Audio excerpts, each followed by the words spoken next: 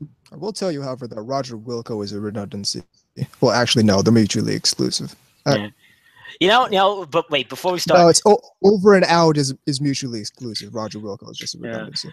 There's this thing in anime where, especially if you watch older anime, they keep using the same sound effects.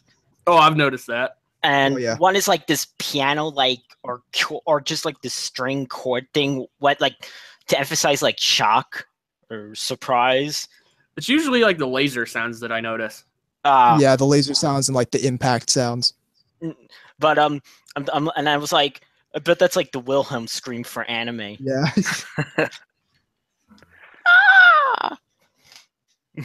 All right, starting the podcast in 3, 2, 1.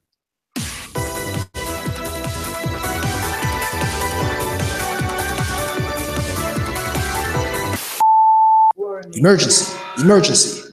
The massive battleship NTR Radio is approaching fast. Your mission begins now. Warning. Warning. Welcome to NTR Radio. I'm Tom Fortunulis. I'm K-Gods. I'm VZ Mark II. And we have some guests. We got 2 guests in the building. Want to say hello? I'm Sneaky One. And I'm Phoenix Otaku. They'll be joining us mainly for the second segment because they went to AX, as I did. But first, here's how you get involved with the show. What you do is you go to ntrradio.net. In the upper right-hand corner, you'll see the chat link. Hit that and give yourself a nickname. Join us in the IRC channel. Alternatively, take your favorite IRC client. Join us in the irc.ryzen.net network and in the pound or hash SLC media channel.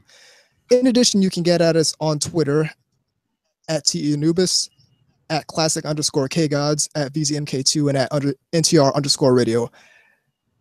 And as always, you can hit up the email box, ntrradio@gmail.com. You guys can pimp out your address if you want to as well. Yes, indeed. No? I'm I was good. going to allow Sneaky to go first if he wanted to. Go ahead. You can follow me at Phoenix Otaku on Twitter. I mostly post idle crap. So get your idle crap at... Because I'm always stuck in idle hell. Yeah. It's the best hell. Yeah. Yeah, it's like best Korea. Is there any hell better than idle hell? AMV hell? Depends on which one. Yeah. I don't remember them very well. The only one I remember is 3. Dubs from hell?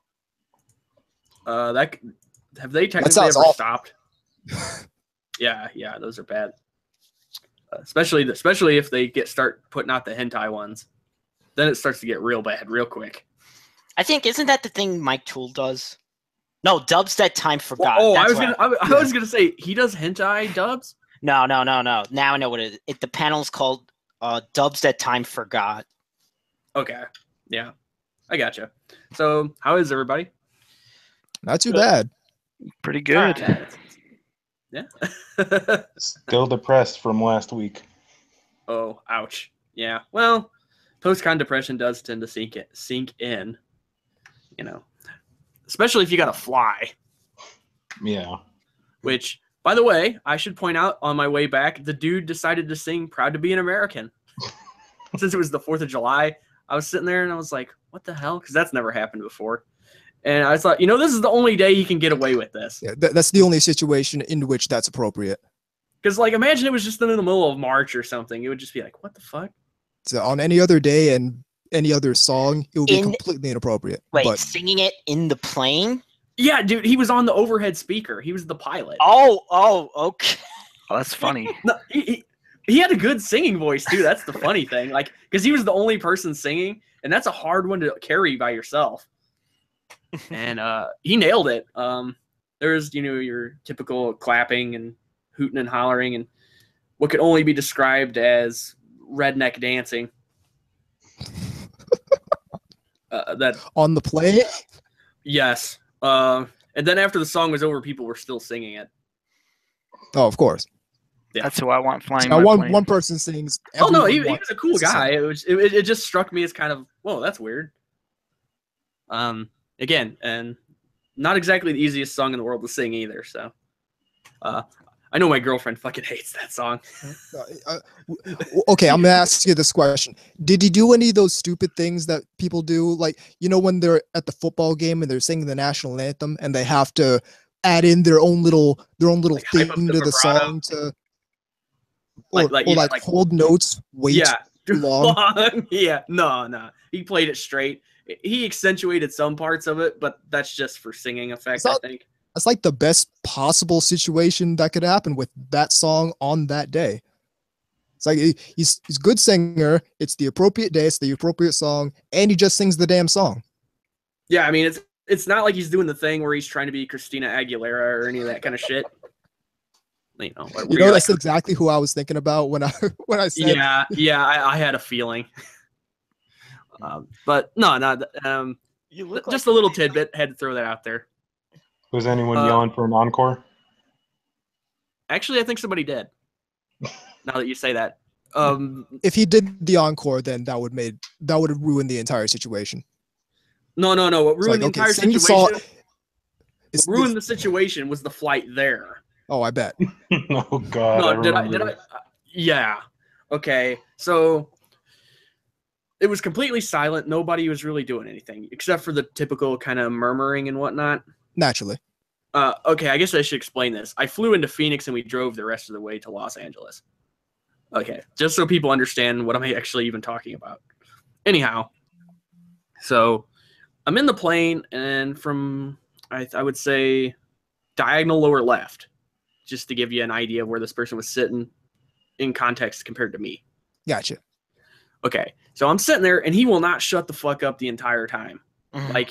Like nobody's talking except for your typical chatter murmuring you hear. But you can hear his voice rising over it. Like the entire time for 90 or 100 minutes nonstop. Ooh. Before we took off, by the way. And he was talking about this really inane shit nobody wanted to hear about. Like, did you know that it's been 40 years since there's been a new basically airline?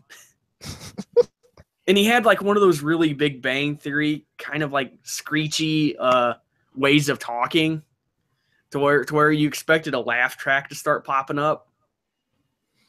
Yeah. And he's like, do you know, like 9 out of 10 times when planes crash, they do before they take off? You can tell people are just like, will you shut the fuck up? Yeah, exactly. Nobody wants to hear people talking about planes crashing while you're on a plane. About to take off. Yeah, exactly. But the best thing about this was eventually people got really annoyed.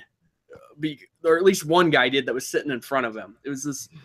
I should point out this guy looked like a typical Skeezix motherfucker, tall beanpole, big, thick, rimmed glasses, And anyway, this black guy sitting in front of him, and that is and you do need to know this information for one simple reason, because the way he turned around and goes, "Yo, white boy, will you shut the fuck up? You've been yammering for nonstop for an hour and a half." It's the blackest possible way you could have engaged with that individual. He stopped talking. Then he put on his earbuds and didn't say a word. There you go. I wanted to applaud the guy, to be completely honest, because nobody wanted to hear this guy. Like even the woman sitting next to him, you could tell was drifting in and out of sleep. Again, not really have to do with the con. That's why I brought it up now. And yes, sounds like torture. It was. Put it this way. I was actually trying to read a book and I couldn't do it because he was so damn loud. I think all of us have at least had one of those experiences. I should have did what Tim said and pestered like the flight attendant. It's like, we tell him to shut up. Nobody else is talking above a certain volume. That's the reason I can even hear this idiot. And didn't you say he was also like talking about chess the entire time? Yes. He started talking about chess at one point. Like, and he wasn't just talking about it normally. He was like, I move like F9 to F, Was this like literally next to you or No. He was on the other side of the aisle. No, if he was next to me, I'd have punched him. I'm not even And then kidding. I everyone would have was hit this applauding. individual. Simply for the fact that he wouldn't shut the fuck up. Like, nobody else was talking, though. That's the thing. If everybody was talking, it wouldn't have been a big deal. Because it wouldn't have mattered. But he was the only voice rising above hundreds of other people. And he wasn't even necessarily loud. You know what I mean? He didn't have like a bellow kind of voice or anything. It's just really the rest, high volume. The ambient noise of the play, it was just so quiet that he just stuck out above everyone else. Well, even as the they turned the jets on and everything, you could still hear him. Yeah. Okay, that's enough of my plane stories. So let's talk about stuff we're watching. Okay. I have not watched a single thing from this new season, except I came home Monday. Yeah. Just on a whim, because I got a bunch of these Nadesco models in for Shinikiba, so I decided, you know what, I'll just watch Nadesco. So I watched episode 1 through 20 of Nadesco all in a row on one day in one sitting. So that's all the anime I watched.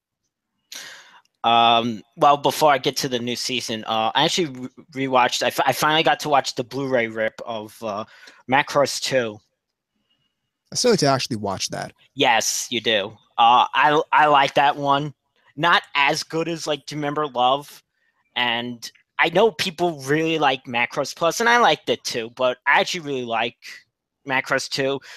I actually kind of there's a two-prong like nostalgia there.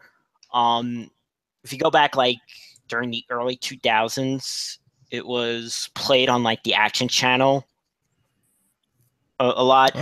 Mostly the only thing was it was the manga entertainment release, which they used to like. Well, they used to like they were really into this thing where they would take like these OVAs that were multiple episodes and then just like cut out like, with the exception like in the beginning and at the end, the opening. So and call they it. They tried to make it a movie, basically. Yeah. So that's what they did with that. Also, manga entertainment's video quality is shit. That I can believe. Yeah, the really garbage video quality. A lot of ghosting and motion blur. Artifacting and crap like that. Yeah, it's one of those things. It would look okay on VHS, but then like. But as soon as you put it like in the HD, it starts looking like somebody took a dump on it or something. Even DVD quality, not that great. You know, some of that stuff. It can't be as bad as some of the CPM stuff. But to be fair, but this Blu-ray rip looks great. You know, It looks like the cells are right there. But I actually go back even further. I used to own, like in the early 90s, around the time I learned about anime, I had a book for Macross 2 that was made in the US. It was one of those like tabletop RPG games. Huh. I've never heard of this. Yeah, believe it or not, there was a tabletop RPG for Macross, the Macross 2 that they did, and what I liked was the illustrations inside that were they were kind of redrawn from the Japanese art and put screen tones, but at the time I didn't know it. I just thought, oh, cool artwork. So it enthralled me in that sense. Okay. And of course, back then the whole Robotech and Macross thing was kind of confusing to me. Well, yeah, it's because they completely, I don't even know the right word, just like chopped it, did like this chop shop thing. Well, no, try being me and being into Mech Warrior at the same time. Oh. Well, that was another thing. You don't know if it's a Destroyed Tomahawk or a Warhammer. I don't know. Well, that was another thing I owned in the early 90s was two books for like BattleTech. And what I loved about one of them was there was this thing where they commissioned like I want to say Studio Nue to do cell painted variants of some of the mech suits, which in comparison to the obvious Western produced art blew the fuck out. Oh yeah, no. That's why a lot of people got mad about that whole situation because I should post the some designs of those for on the designs they stole from Macross were legitimately nice compared to some of the other designs they had. It's the way these mecha were like posed, like this hyper stylization that just blew me. Like again, early '90s, very little anime scene, very little exposure. Just the art alone, just in comparison to looking through the other book, it's like, all right. And then, okay, what is this doozy bot shit? Yeah, exactly. Yeah. All right. So new season. Very little so far. There's stuff that I want to see that's coming out next week. The Monogatari thing doesn't come out till August, and that's for like 2 days. It's like a 7-episode special. Mm-hmm. So this is what I watched so far. The first thing is the thing that I actually watched the second episode today of Battle Girl High School. I like the name. It's okay. It's based on one of those iOS games. Okay. And it's that one that you saw in the preview in the preview guide that had a lot of girls. Did they try to do the Ikitosen kind of thing with that? Just where they're all fighting each other? Yeah, or is no, it no. some kind of combat arena thing? Or No. It's actually, well, here's the thing. One, it's by Silverlink, the studio. Okay.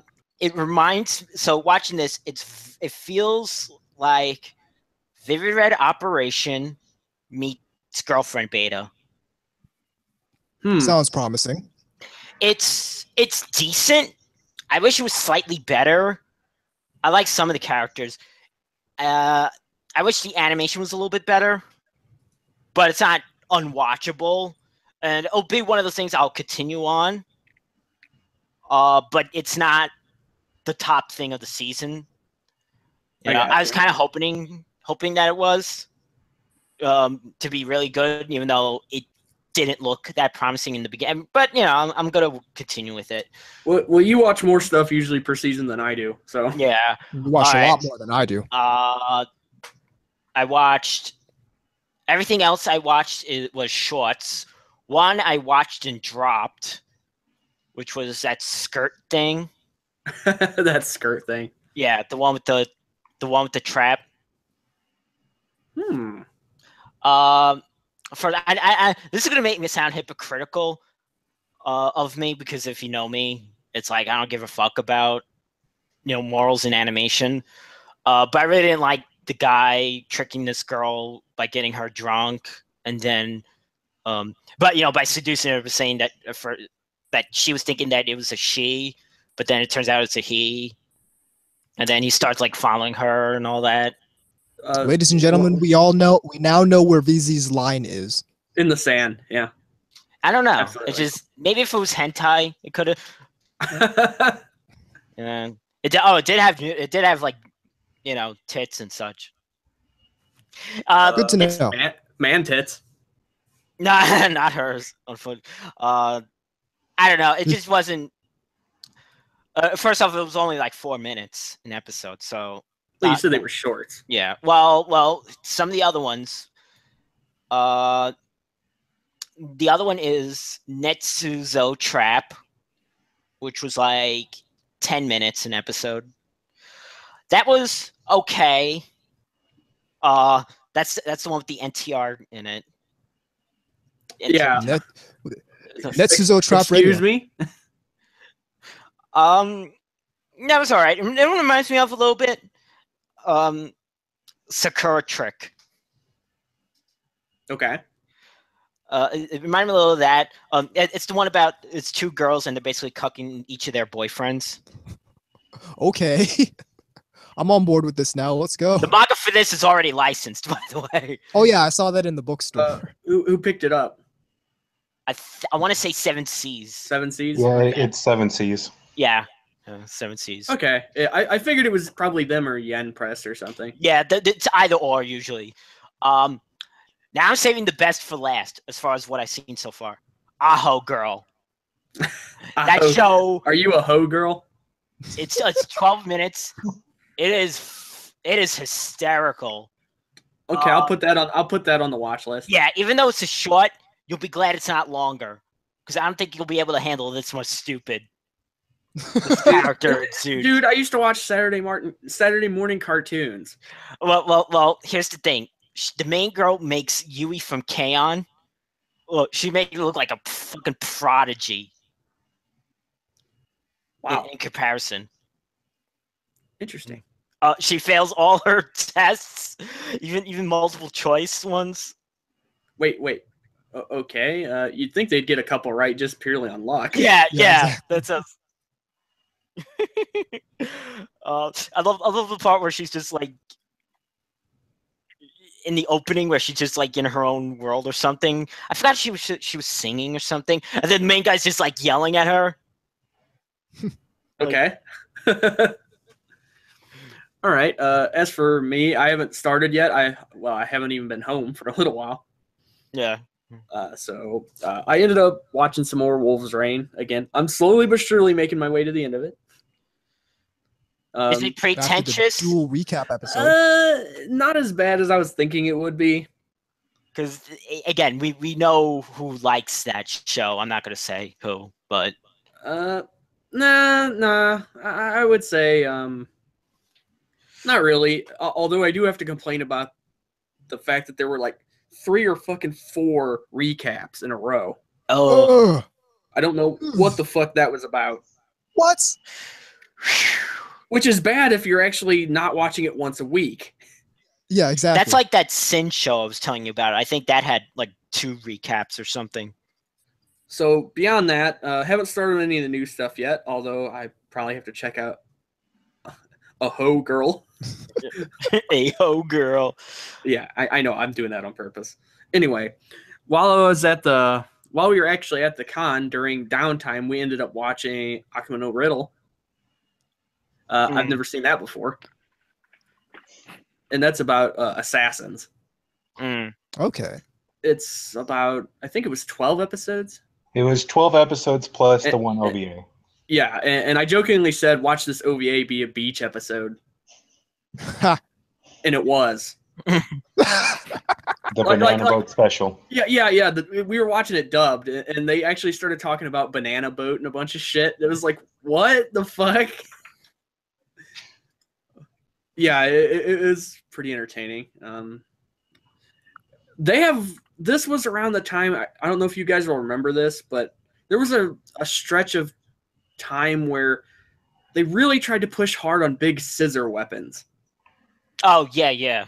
I think you'll remember that. 2013, 2014. Yeah. Yeah, somewhere around there. They were really pushing these giant, sheer weapons. Well, that goes back to, like, I remember in Rosen Maiden, one of the characters had, like, the But all the girls and the assassins a lot of them were making these major rape faces.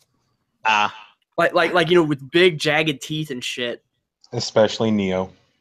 Yeah, big time. But we watched that, and that was enjoyable, especially since we weren't really doing much else. During downtime, they were showing South Park nonstop, which, squeeze a little of that in there. Naturally. And movies like Meet the Millers, I think it was, and The Hangover, which was very entertaining. I mean, I've seen it before, but can't all be anime all the time. Anyway, not really watching a whole lot yet because, I just was home not long ago, and again, I definitely haven't got around to it yet. Again, I definitely recommend Aho Girl as a starter. Okay. Yeah, and since you said it was a short, that's not really that big of a deal. So I'll do my typical scouring and see what I'm gonna end up watching. Naturally. So Sneaky, did you watch anything? This season, not yet. I know Symphogear is starting to air, so I'm probably going to watch that since I've watched all the others and I love it. But Okay. Last season, I think I only watched 1 or 2. I was watching Little Witch Academia, and I have not had time to finish it. So it's apparently all on Netflix now. So I'll probably just watch it there, and then Hinako Note because that shit's really cute. Yeah, because I'm always the guy that watches the most out of all of us. Just so you guys know. I just don't got the time anymore.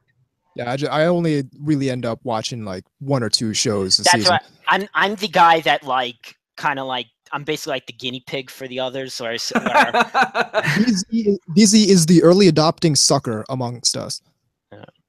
Although I did. I mean that with the most love I can possibly. No, have. I understand. What's up, Sneaky? I did end up watching all of, I guess it was Interviews with Monster Girls. I know I'm late to the party on that one, but that was are really you good. getting interested of what's her name? You know, the slime chick. No, the wrong show. I think that was that's Monster Musume. This is the one about. That's right. My bad. This is the one done by A1 Pictures, which I saw some. Okay. Which was all right. I couldn't get super into it, but I did like the succubus girl. Yeah, the teacher. You gotta love it. You gotta love the succubi. Yeah, but I need to get on that show. The thing is, she doesn't dress sexy. She's actually very like she's in a gym outfit. Like everything about that sounds kind of strange. She kind of like covers up her sexuality, so when she zips down, she's like obviously boobs and such. Yeah, it's like from what I understand, it's like it's not supposed to be your typical Monster Girl show. Yeah. Okay.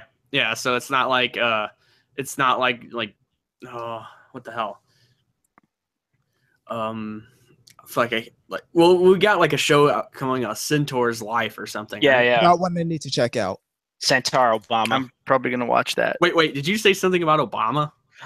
That's what I heard is in the manga for the. Wait, what? Centaur Obama. What the fuck? And Angel Hitler. Because everyone's like either centaurs or monsters or angels.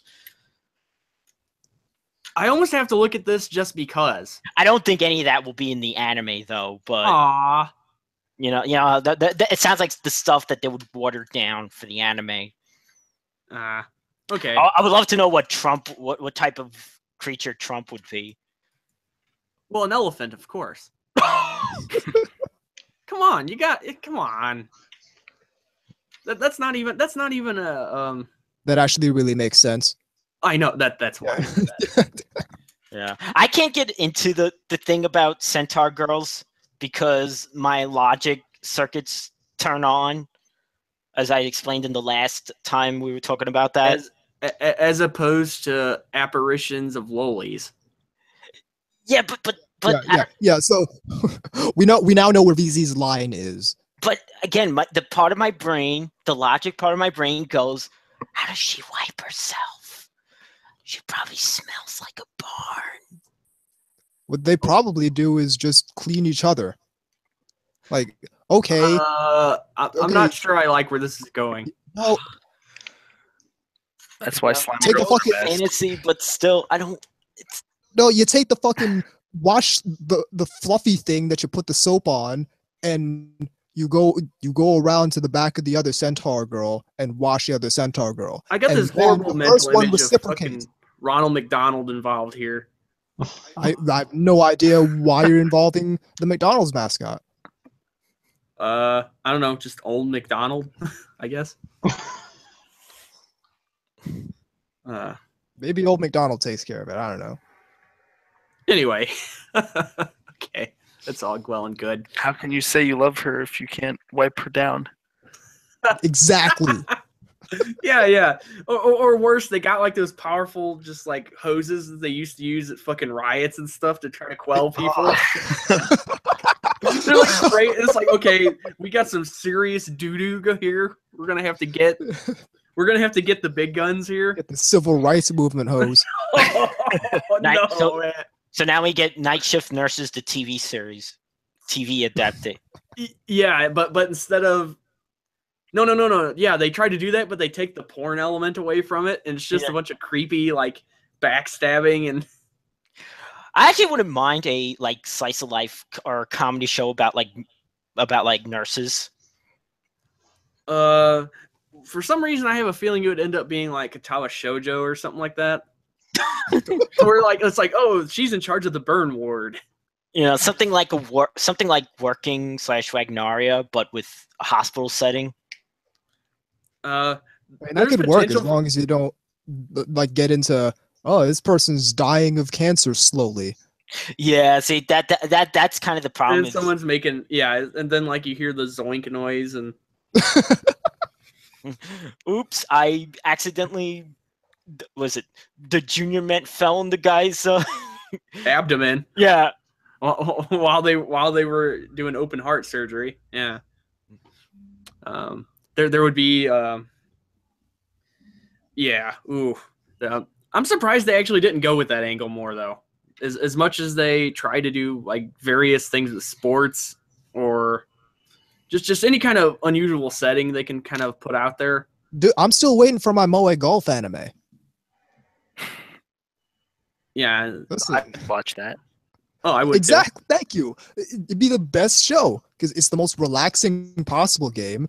Like they don't even need to actually play golf. They can just sit on the fairway chatting about stuff. Or some shit. Yeah, exactly. Oh no! What would be great is if they were all named after professional golfers. Yeah. Like Tiger Woods. or some shit like that. Anubis secretly wants the anime adaptation of that little dictator book. Yeah, I'd watch that. I'd watch that. With Fidel Castro. Yeah, but he's dead now. Yeah, but they're all. He's about to come back. So are most of them. Yeah. And they just live together in a slice of life setting. They just live together and oppress the people. No. It'd be like. Do you remember that scene from Family Guy when the Peter has his own when takes over Joe's pool and he's got all these fucking people like Saddam Hussein and stuff showing up. Oh yeah. And he's like, Fidel, stop running around the pool.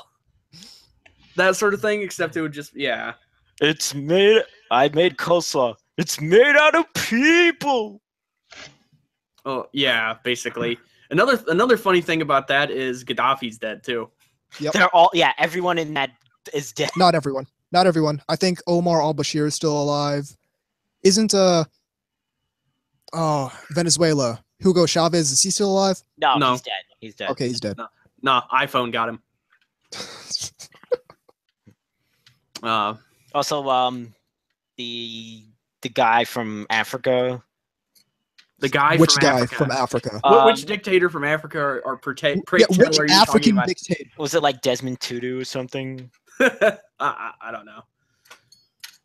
I know who you're talking about. I just don't know his name. I think he died too. Yeah. So basically, almost everybody in that entire skit is actually dead now. Yeah.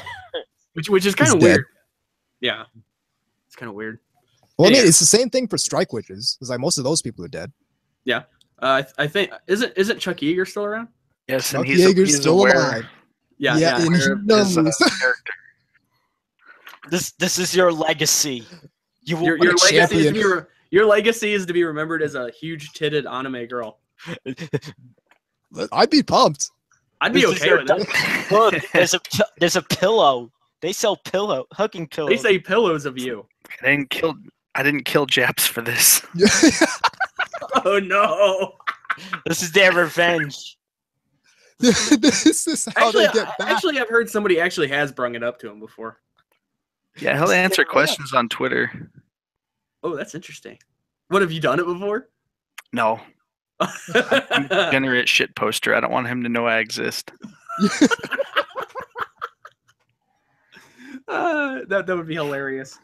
Although you gotta laugh at the fact that a large chunk of the Strike Witches are actually from Karlsland, or their version of Germany. Yeah, a lot of them are from the Axis powers. Yeah, which again, most of them are dead, I'm sure, for one reason or another. But some of that's got to be kind of funny. It's just like, the girls or the men of the Third Reich are now fucking anorexic anime girls. Little girls with no pants on. I wonder what I know the USS Iowa's docked in LA. I wonder what people were thinking when a ton of weebs brought pillows and stuff posed in front of it. Holy shit. Yeah. What's his face is almost like that too. Contact Collection, where it's yeah, about famous ships. Yeah, exactly. Most of which are sunk. Most of which are lying at the bottom of the ocean. I love the fact that you can type in this stuff on Google Images and largely you'll get these fucking pictures from anime galleries now. I'm sure some historian out there's like, you fuckers. Oh, some high schooler doing a World War II book reports like, I can't find a single useful article. It's like the Lusitania. I can't find any pictures of this fucking thing. So Apparently It's all anime titty. So Moe, And it's just like, but then again, it made studying a lot less stressful. Moe anthropomorphized astronauts. Here's my report on World War II. One. Yeah, exactly. Eventually, like 40 years down the line, people are gonna just think World War II happened between little anime girls. Yeah, they'll what was it? This is my book report. This is like someone really dumb. Confuses the actual history with like strike witches. Or Italia. Yeah, Between strike witches, girls in Panzer, and Contact Collection, eventually we're just gonna believe that anime girls fought World War II. And there were possible alien invasions involved at the same time. Aliens were involved, and the Abyssal Fleet, and somehow we made carriers that have cities. Yamato took flight. and all the countries were actually with peace with each other. No, the country weren't actually at war. It's just monsters. World War II. Yeah, sure. They didn't wear pants back then. Yeah. That was before people developed the concept of shame. Some crap like that. Yeah. Nah. But in all seriousness, I do think that's got to be funny when somebody's like, okay, let's look up. I don't know. Let's look up the Hamikaze. What the fuck? Oh yeah, and it's a fucking anime girl. There you go. The USS Did you just test that? Yes. If you look at the right side, it's a fucking anime girl. That's great. The USS Iowa. And the first entries from the Concolly wiki. Very good. Well, especially if you just put it on Google Images. Then it's just going to be the like... The first 3 results are all from Contai Collection. Like I said, right, so there's some historian out there that's just like just head in his hand, like... Anyhow, I think that'll probably wrap it up for this first segment, unless anybody has any more. Yeah, no, we're up against the break. Keep it right here on NTR Radio. All right, that's the break.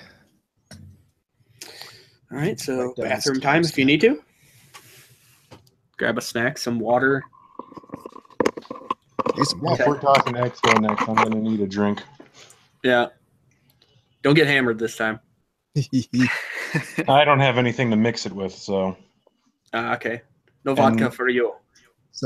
So the answer is you probably will get hammered. Yeah. Though on like a Sunday, I won't be drinking Captain Morgan mixed with cherry vodka straight up. I don't know how I feel about that. Because I like Captain. Don't try it. All right. Take your word for it. It smells like one of those cherry pixie sticks, but it tastes like something completely different. Was that the thing that freaking Tim said was like fucking downing Robitussin? At first, yes. Okay.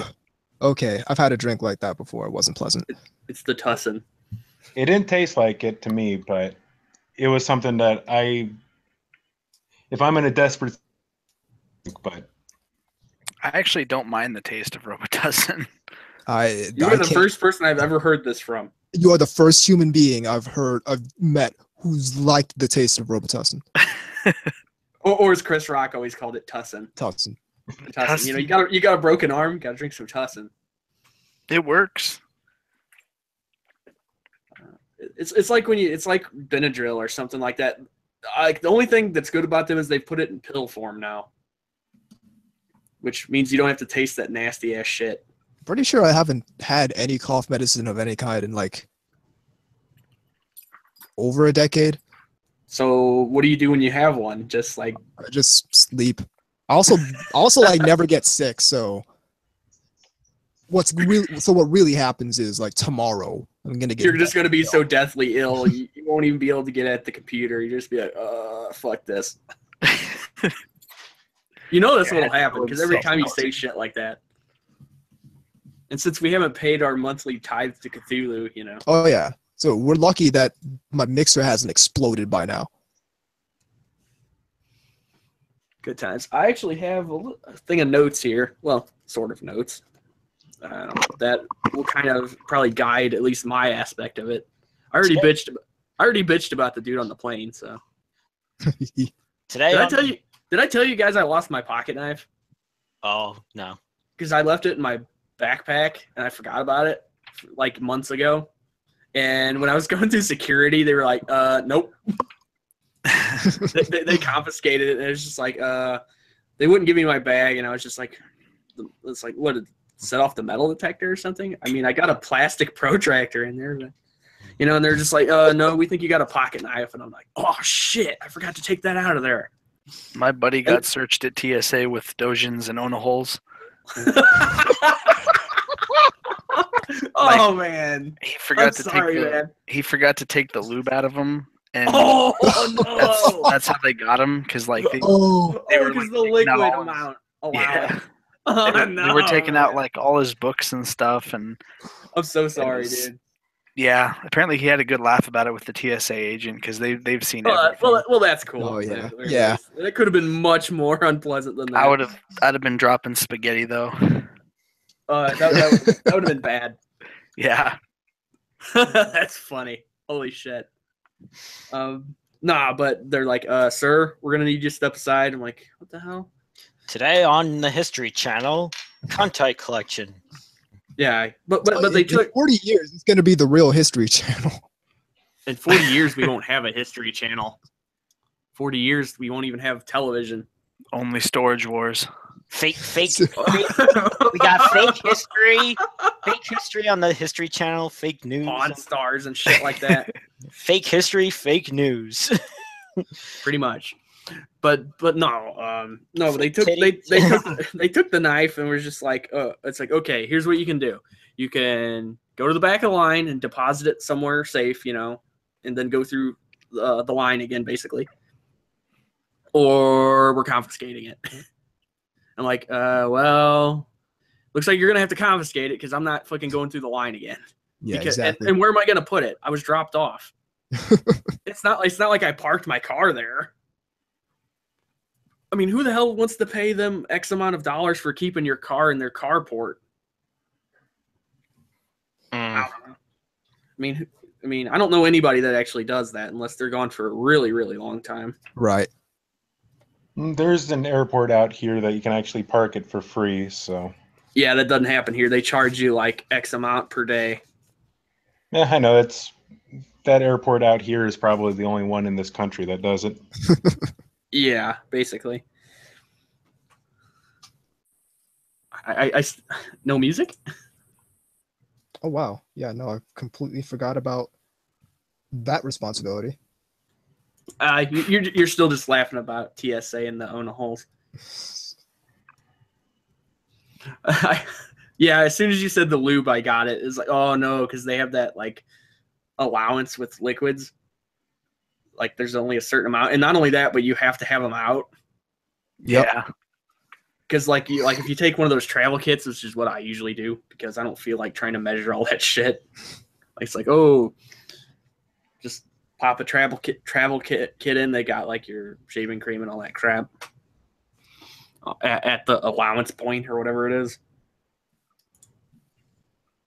I usually just buy stuff whenever I get to where I'm going. You can do that too. Yeah. But I just didn't feel like dealing with the shampoo and all that. I just like, all right, whatever. I got everything I need in this little pack here. So, which by the way, I want to bitch about that too. You fuckers need to start taking baths at these things. I'm sorry, man, dude, but like There are some stinky motherfuckers at these places. Mm-hmm. It's like, Actually, the con smell. I couldn't smell that many people when I was there. It's not as bad as here in Texas at Acon. At least in my experience, it wasn't. Yeah, Acon was bad. A couple years we back. went. Remember that dude on the elevator? Yeah. That smelled like fucking roadkill? I was behind one of those in the registration line at Acon, and she hadn't even got her badge yet. And I'm just like, how do you already stink? It's a shame. That's the worst part. I was like, I have to stay like 6 feet from you. And not even because of a restraining order. Yeah, it was just really, really gross. I don't get it. It's like it takes 10-15 minutes to do a quick shower.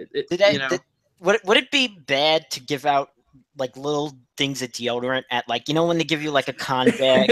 See, I made that joke in the very first episode we did. Like that there's like these hall monitor type people. Like, we got a stinky bastard on the 4th floor.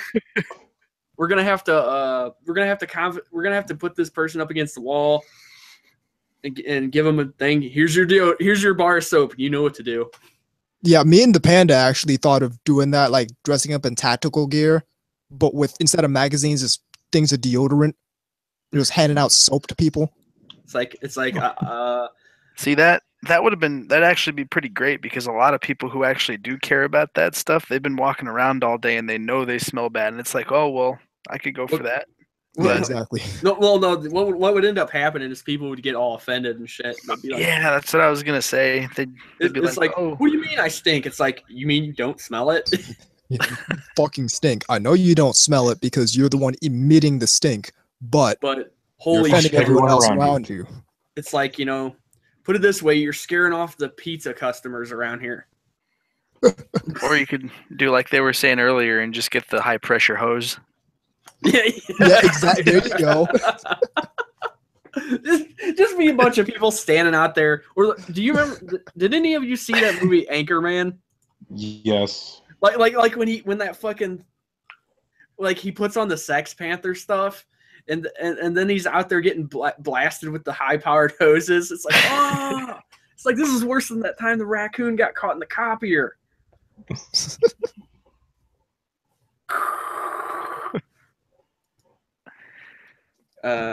Firing squad with water guns. Yeah, basically.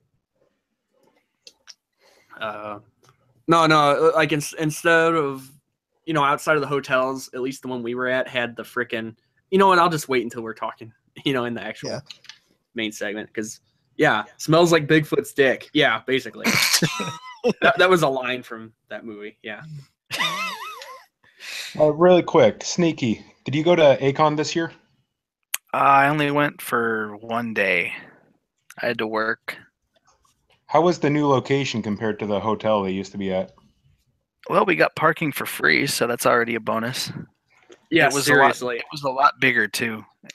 I'm telling you, they're missing out by not doing a con called LoliCon. Or like I said, I'm telling you, that would only be a sting operation.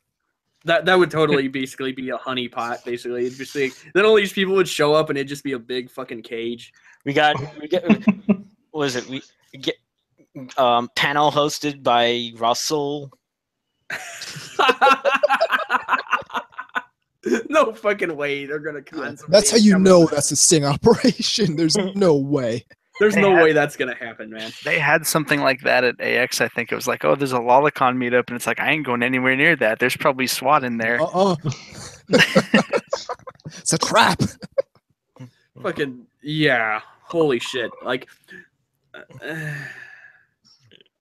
all right, ready on second segment. I am.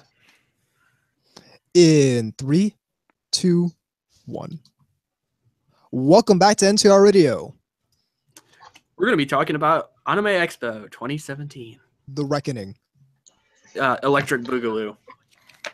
Yes. Fun. The Reckoning of the con smell. Yeah. Con smell strikes back. Yeah. Okay, Sneaky, I think you were the only one who actually got there a day before it started. Anything to report about that? Do it. Don't wait until the first day. Oh, okay. The armpit strikes back. There you go. Okay. Sage advice. Right. So, okay, then we'll fast forward to what's known as colloquially, in the colloquial sense, as day 0. Basically, pre-badge pickup. Or pre-reg pickup, my bad. What ended up happening... What used to be LineCon. Yeah, basically. What ended up happening is I flew into Phoenix, and we drove to LA from there.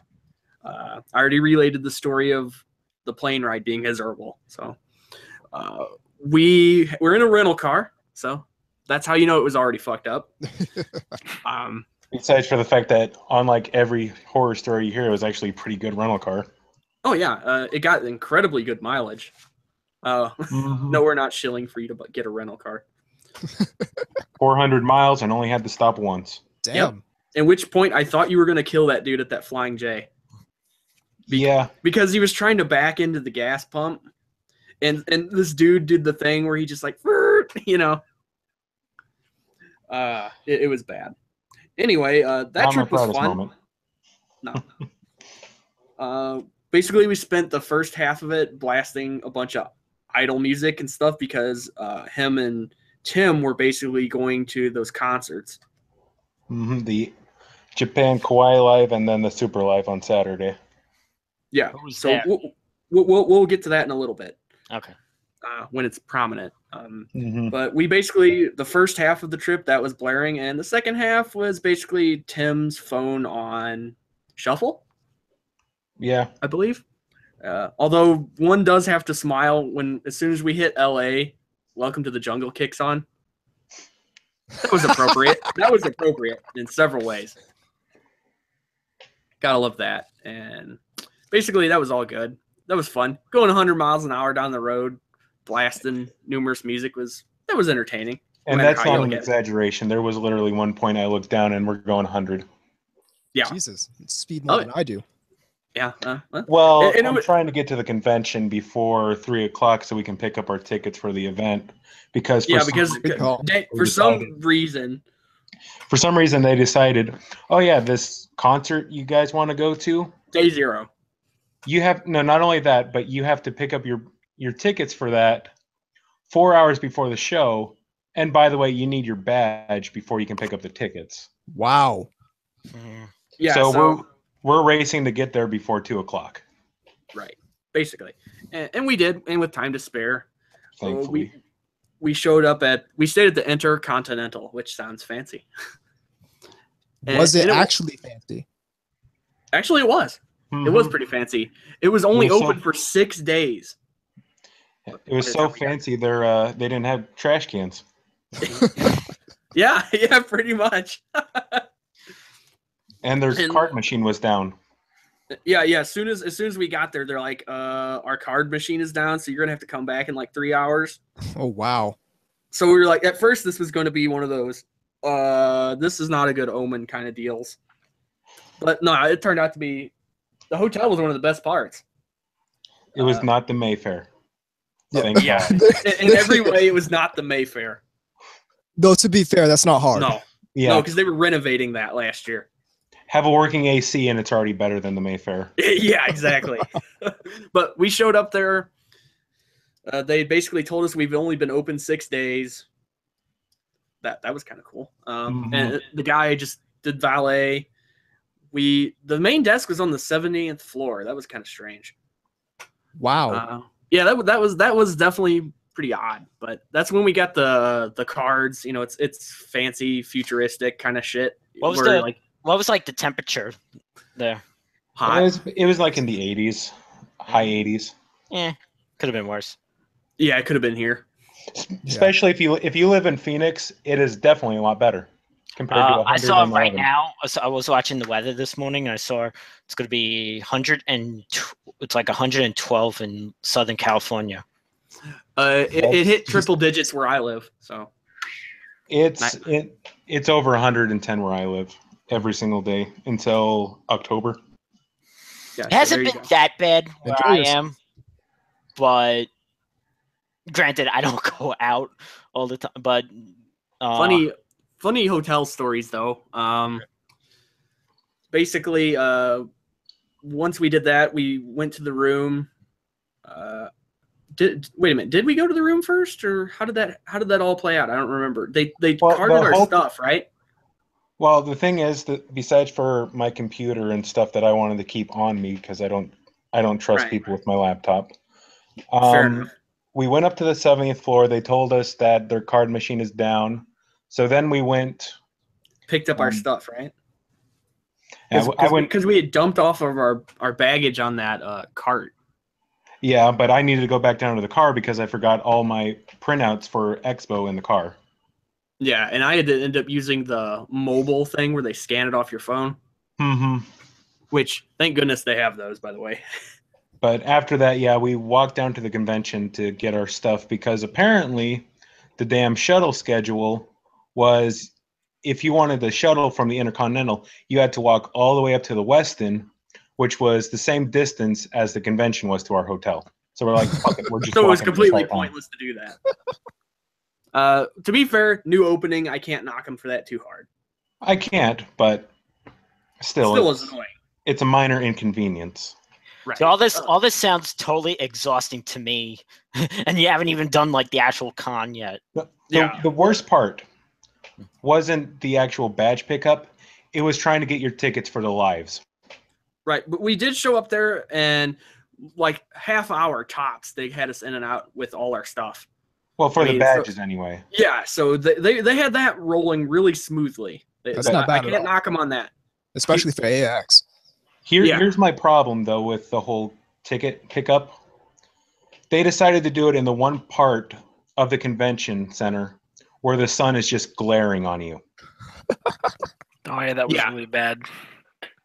So I'm standing in line for like 30 minutes to pick up idle tickets while the sun is just beating down on me. Meanwhile, I'm carrying 3 Poochies from the from IMAS with me, my laptop. Awesome. Oh yeah, he looked like he was just trying to smuggle something. It was like, what the fuck? Can you tell me what characters? It was Makochi.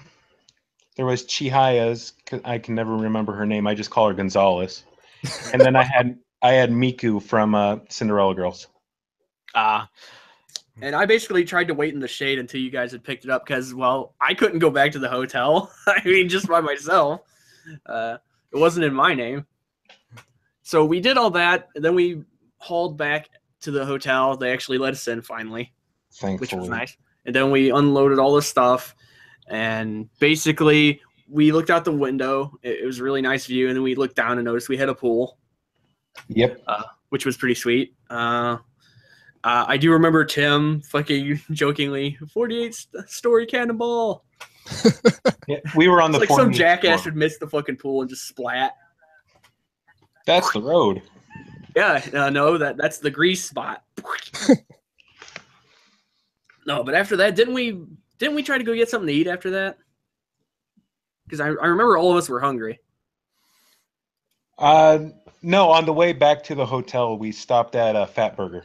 Oh yeah, we did. Which you gotta love that name. Only in America. Only in America. I remember because we were pissed off at having to hold it because of the fact that we still hadn't been able to get into our hotel room yet. Oh no, we got it to go, didn't we? Yep. Yeah, we did. Because at this point it was like, because at this point it was like 5 o'clock by the time we actually got into our room. So me and Timmy had literally an hour to get clean of all the fucking con stench that we'd already accumulated because of the yeah. And eat food and then get down to the line to get into the actual Kawaii Live. And I basically sat, since I didn't have tickets to this thing, so I was holding down the fort. So I ended up just reading half into Dave Mustaine's memoirs of Megadeth fame, and that was entertaining. Probably not as entertaining as they had, but you know. So Sneaky, did you do anything that day? Well, we had trouble getting in because our buddy was supposed to come pick us up because he lives in North California, but I got in at about 1, and then his car broke down with our other friend about an hour out of LA. So Ooh. they didn't get there until about 5 or 6. So it was pretty rough day. Yeah. I mean, we could see you were posting I think alcohol pics at the bar or whatever. Yeah, they were really expensive. It sucked. Of course they were. Well, it can't be as bad as how they tried to frickin' just nail you in the frickin' airports with water. Oh yeah. It's like you need, you want some water? We don't have any water fountains. It's like, do you want to drink tap out of the bathroom? It's like, no, sir, I'll go find a puddle. Yeah, exactly. Yeah, exactly. It's just like, fuck this shit. I'm not paying that much. You got me over a barrel. It's like, well, it's $2.50 to $3 for a 1 liter of water. It's like, you motherfucking criminals, you know. Yeah, exactly. So basically, that. Go ahead and talk about the concert since you guys actually went to that. Oh yes. Who went and who was there and all that good stuff for people out there in listener land. For day 0, the first concert, the Super Kawaii Live, there was Wake Up Girls, Wakure, or as some people know them, Macross Delta. Yep. Cinderella Girls, and then Aquars, who is the Love Life Sunshine group. Both excellent. Mm-hmm. And so, first off, they say the concert's supposed to start at 7. Well, by the time 7 o'clock rolls around, you still have a lot of people in line trying to get into the Microsoft Theater because they're doing fucking TSA like bag searches and everything. Right. So then about 7:30, everyone finally gets in and they actually start the show.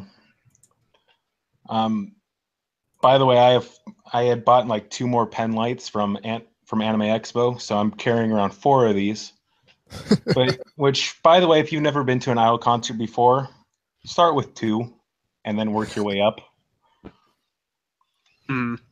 So my whole theory was they were going to start with like Wakure or Wake Up Girls and leave like Cinderella Girls and Aquars until the very end.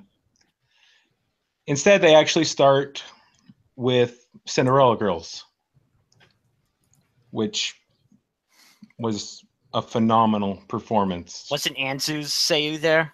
Yes. Oh. And then you had 3 of the 5 members of Lips as well. Yes. See, I know exactly what he's talking about. And then Mirai, and then I'm always forgetting her name. Like Kirai, the one who's always with Anzu. Oh, Kirari. Yeah, there you go. Yeah. So from the moment they start and they open up with the song Star, I'm immediately speechless. So I can't even do any of the calls that are going on during the concert. Meanwhile, I'm just wearing out my shoulder because of the pen lights and going along with the crowd. So Cinderella Girls end up performing 5 songs, and then in between it, they had just a thing where they had the characters interact with each other, introduce themselves and whatnot. Which is all well and good. And of course, they start the show by saying, no recording of any type. And of course, people immediately discarded this. Mm-hmm. Oh, of course. Fucking jackasses out there decided, gonna record. Yeah. I got a phone and I know how to use it. Basically. Unfortunately, they don't have a brain. Yeah, clearly. It's like, yeah, disregarding this, so no more of this type of thing will ever come over here now, asshole. Yeah, exactly.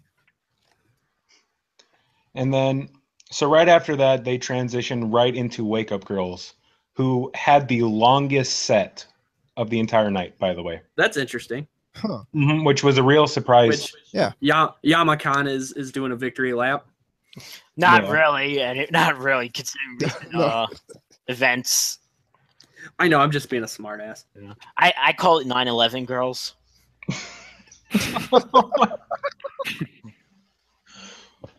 But they actually started with the song they did in the movie, which I'm horrible with the names, so please forgive me. The movie was the only decent thing. The first movie, the premiere movie. That and the final 3 episodes of the actual series. Everything else, though, is just kind of disturbing. I don't know. I was kind of laughing at. I didn't watch the whole TV series. I couldn't. But I was kind of laughing my ass off at the whole like we're gonna show the way the idol fans really are. Not only that, the companies though. Yeah. But, no, all I know about the last episode is that they reference 9/11, and I'm like, as a New Yorker, I'm like, oh, you motherfuckers, you. Yeah, or actually more like. It's like, hey, you want to hear allegories to planes hitting some buildings with your idols? More like these characters weren't even born when 9/11 happened, or they just were like infants. But so anyway, they do their entire 6-song set, which, like I said, was the longest set of the entire night. Yeah. And then right after that, they go into intermission. And of course, where I'm sitting, it is the worst possible spot to get out because the door to get into where I'm seated at is right next to the booth where they're selling all the merchandise for every single act that is there. Oh. So immediately, there's an entire line preventing anyone from getting out or in through that door. There's a fire hazard. Yeah, exactly. So then after the intermission, they come back with Walkure, was actually the one group I was not familiar with going into it. Mm-hmm. But they stole the show, in my opinion. Ooh.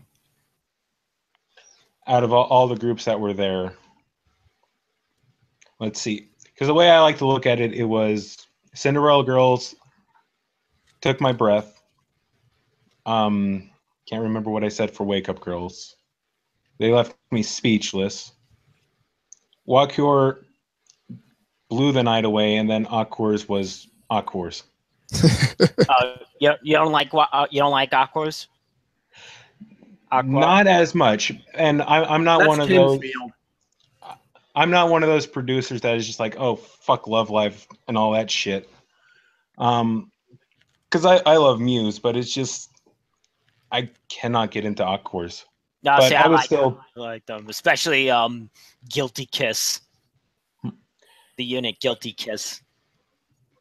But so after Walkure, Which Anubis said sounds like a boss from a shoot 'em up game. No, it was that in Triad Primus that I said Yeah, it sounded like shmup bosses. Warning, Triad Primus approaching. But yeah, basically.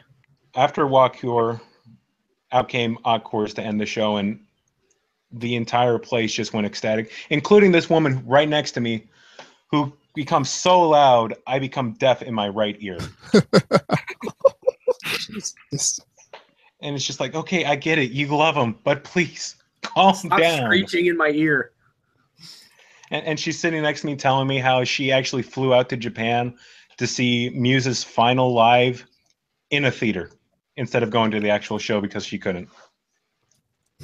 Like, okay, good. Now stop screaming in my ear.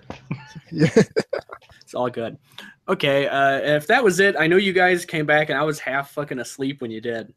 You were passed out when we walked into the room, and then yeah, because I was like on the floor, just like, no, I was not drunk.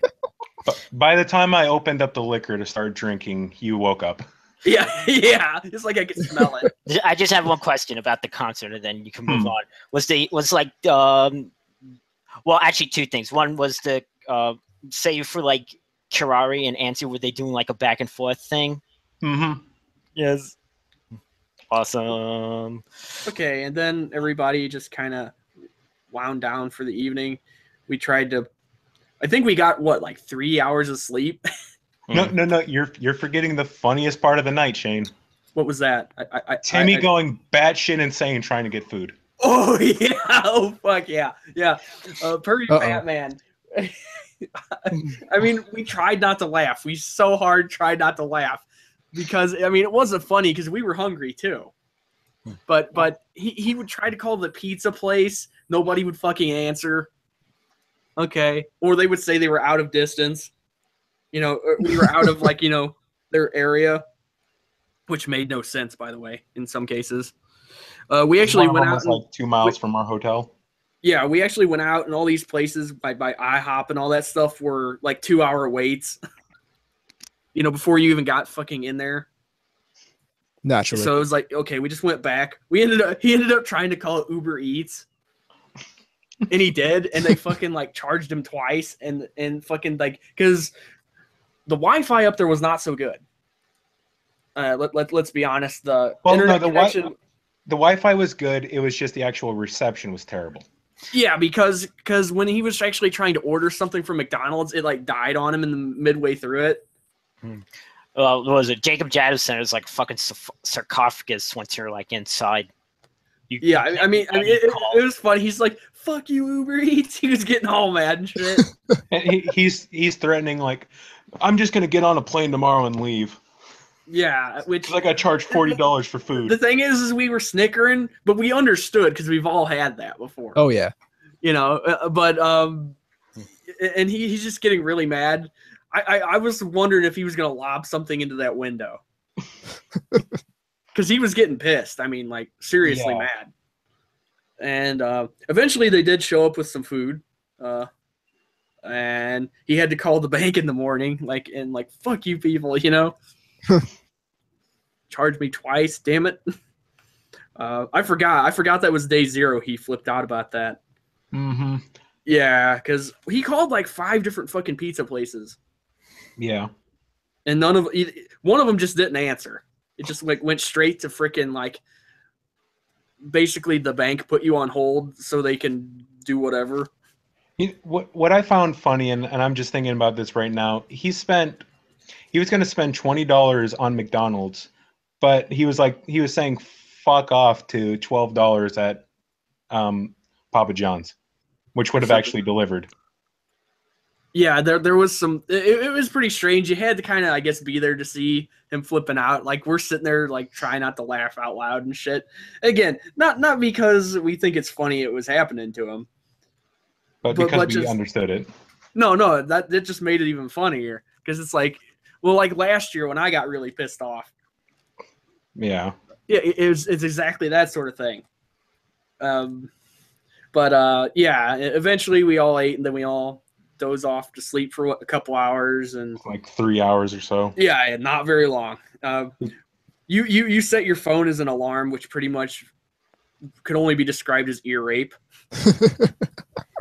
Because Tim I thought was about to have a heart attack when he literally jumped up. Physically, yeah. Whoop. And I have the first opening for Seikano as my alarm on my phone. Good choice. Mm-hmm. Got to represent my waifu. So we decided to go early, obviously, because you want to get in there as soon as you can. Because here's my thing about that, and I always like to get up at 5 o'clock or 6 o'clock on day 1 because because there's 2 points of entry for the vendor hall on Expo. You can either wait in the mosh pit with the 10,000 other people, or there's this little area in the back. Huh? All the plebs. Yep. Or you can be sophisticated and stand in the back entrance where they actually have a line. But if you want to be out of the sun, there's nothing wrong. There's nothing wrong with rear entry. But if you want to make sure you're not standing in the sun for 3 hours while you wait to get into the vendor hall, we went in the back. No, I mean the reason why you get up early is to avoid standing in the sun. Yeah.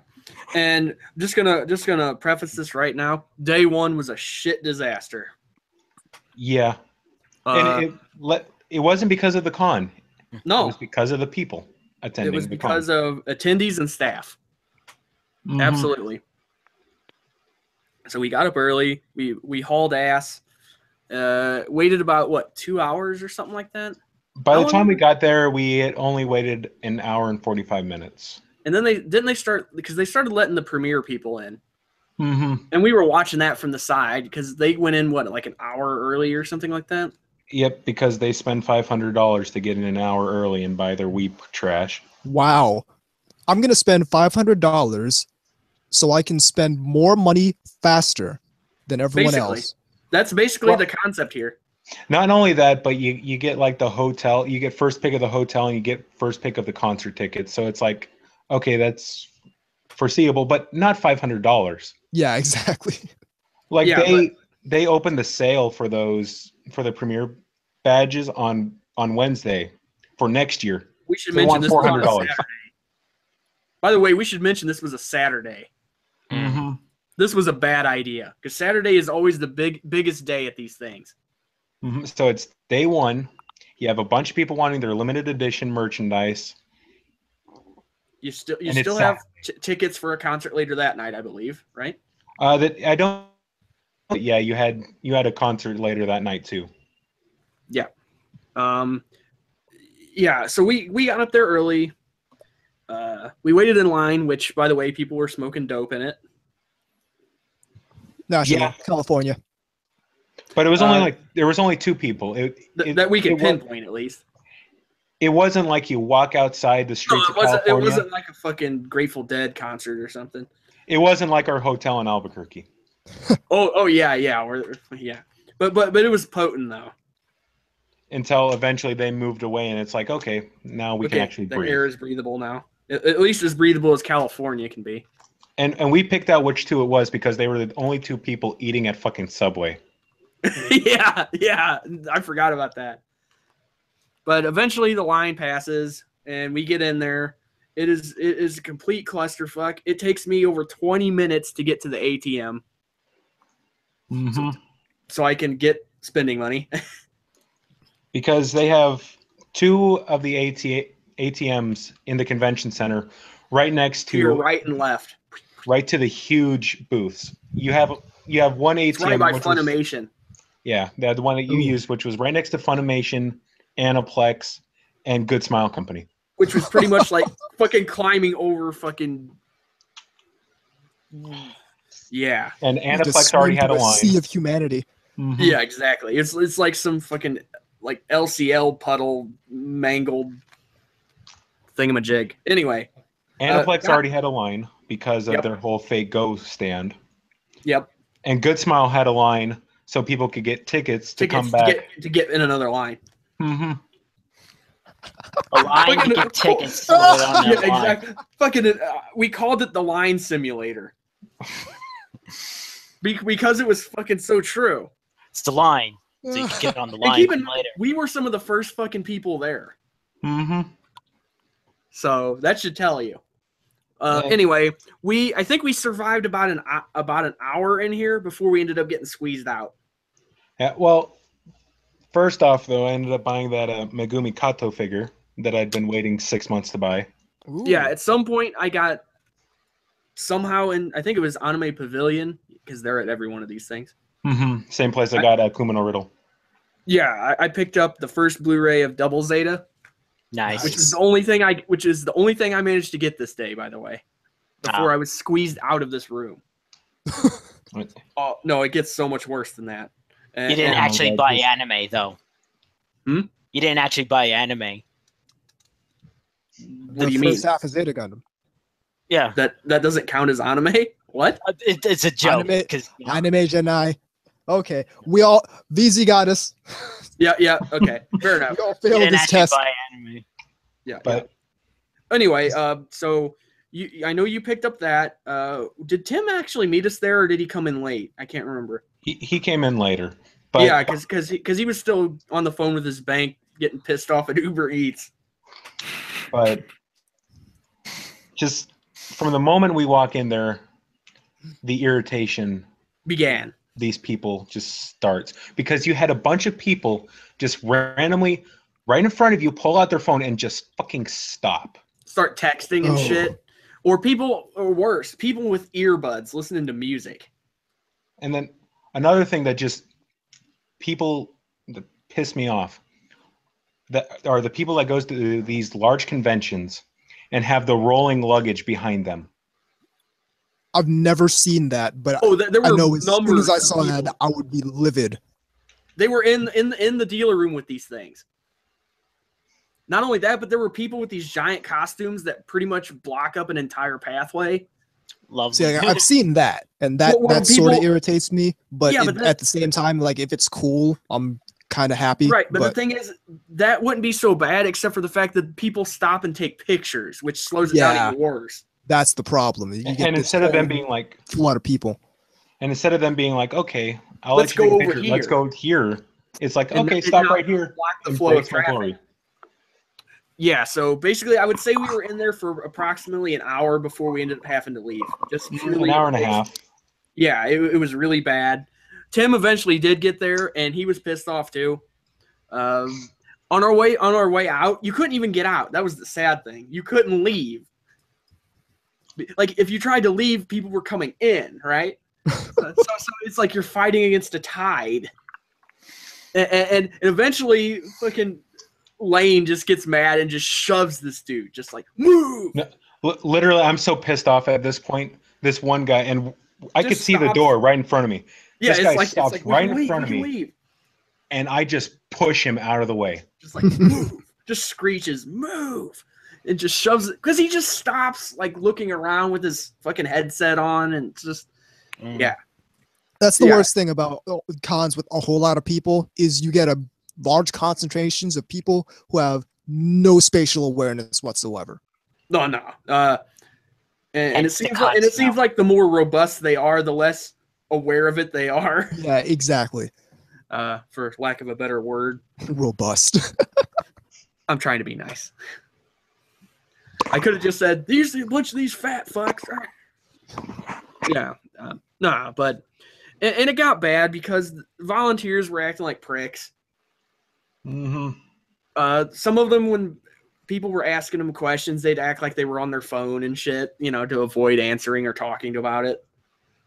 I know this wasn't until Sunday, but I overheard one of the convention staff, or the people that the convention hired for staff anyway, saying, I hope the fire marshal just walks in here and closes this whole thing down. Yeah. Like, why even be there then? Yeah, exactly. I've come to a scientific conclusion that LA sucks. I mean, really, it was bad, and we eventually went back and we're just like, you know what, fuck it, this is a wash. Everybody was pissed off.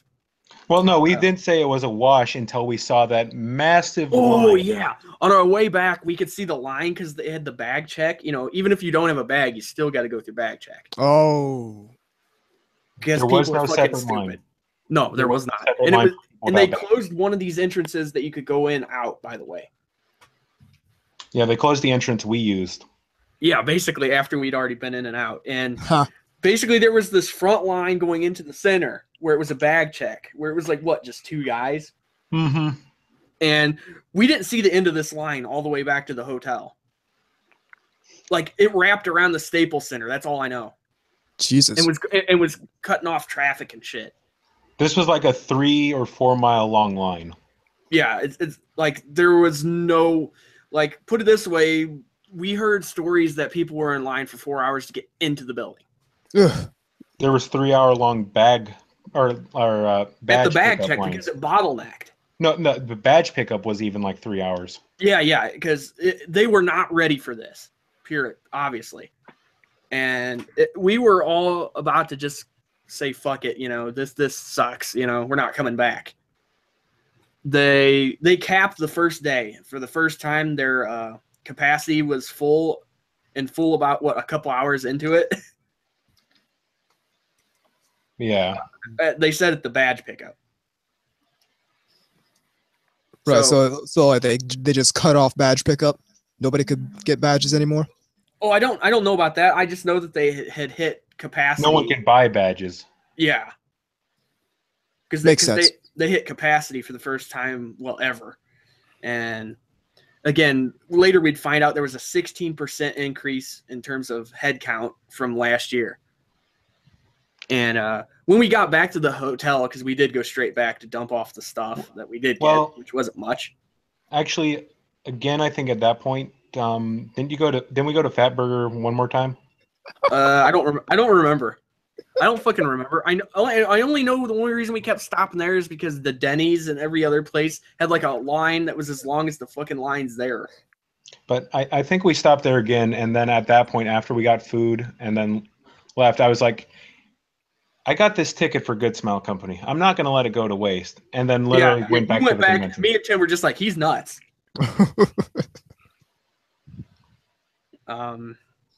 But to be fair, I would have done the same thing. But here's what ended up happening though. We came back and then we got this. We were checking on our phones and looking at these lines, and you could see these lines on your fucking GPS pretty much. Wow. Like fucking stopping like traffic and shit. And we were just laughing, like thinking some poor bastards out there, you know. And then we got the thing that the opening ceremonies had fucking references to Trump and shit. I wish I was kidding. I wish I was kidding about that. That really doesn't terribly surprise me. It doesn't, which is bad, but that really doesn't terribly, especially now, and especially given the kind of people involved with the anime community and whatnot. Doesn't surprise me. I don't know. I didn't see it. All I know is it was something about it. I don't know if it was like some anti-Trump thing or if it was just some sort of make anime great again shit or something. I don't know what it was. It doesn't matter. It just was a bad idea all around. And basically, this day was a complete disaster. The lines were awful. Everybody was all soured and shit. People wanted refunds. Like, there were people, like, you know, using the hashtag on social media, just screaming about how horrible this was and how badly run it was. It was pretty bad. You can corroborate this, right, Sneaky? Yeah, the lines were pretty terrible. Did you actually get into the vendor hall at all day one, or was it a wash for you? Yeah, we got in, but it took us about 45 minutes to find the correct line to get in. Wow. And I was right there with you guys. I was like, man, I'm just gonna go back to the hotel. But that's what we ended up doing. Ended up just sticking to it and getting in. We went in the West Hall instead. Yeah, that was the better entrance, I think. Yeah, for sure. But that was the one they closed off for the premiere people, wasn't it? Eventually. No. We had the back entrance. Oh yeah. Yeah, I know. The back door. My buddies actually snuck up some stairs that they didn't know they were supposed to go up. But that's how they got in. That's great. Ha. So we went back. Phoenix Otaku here decided, well, I'm gonna brave it, and me and Tim were just like, yeah, we're not.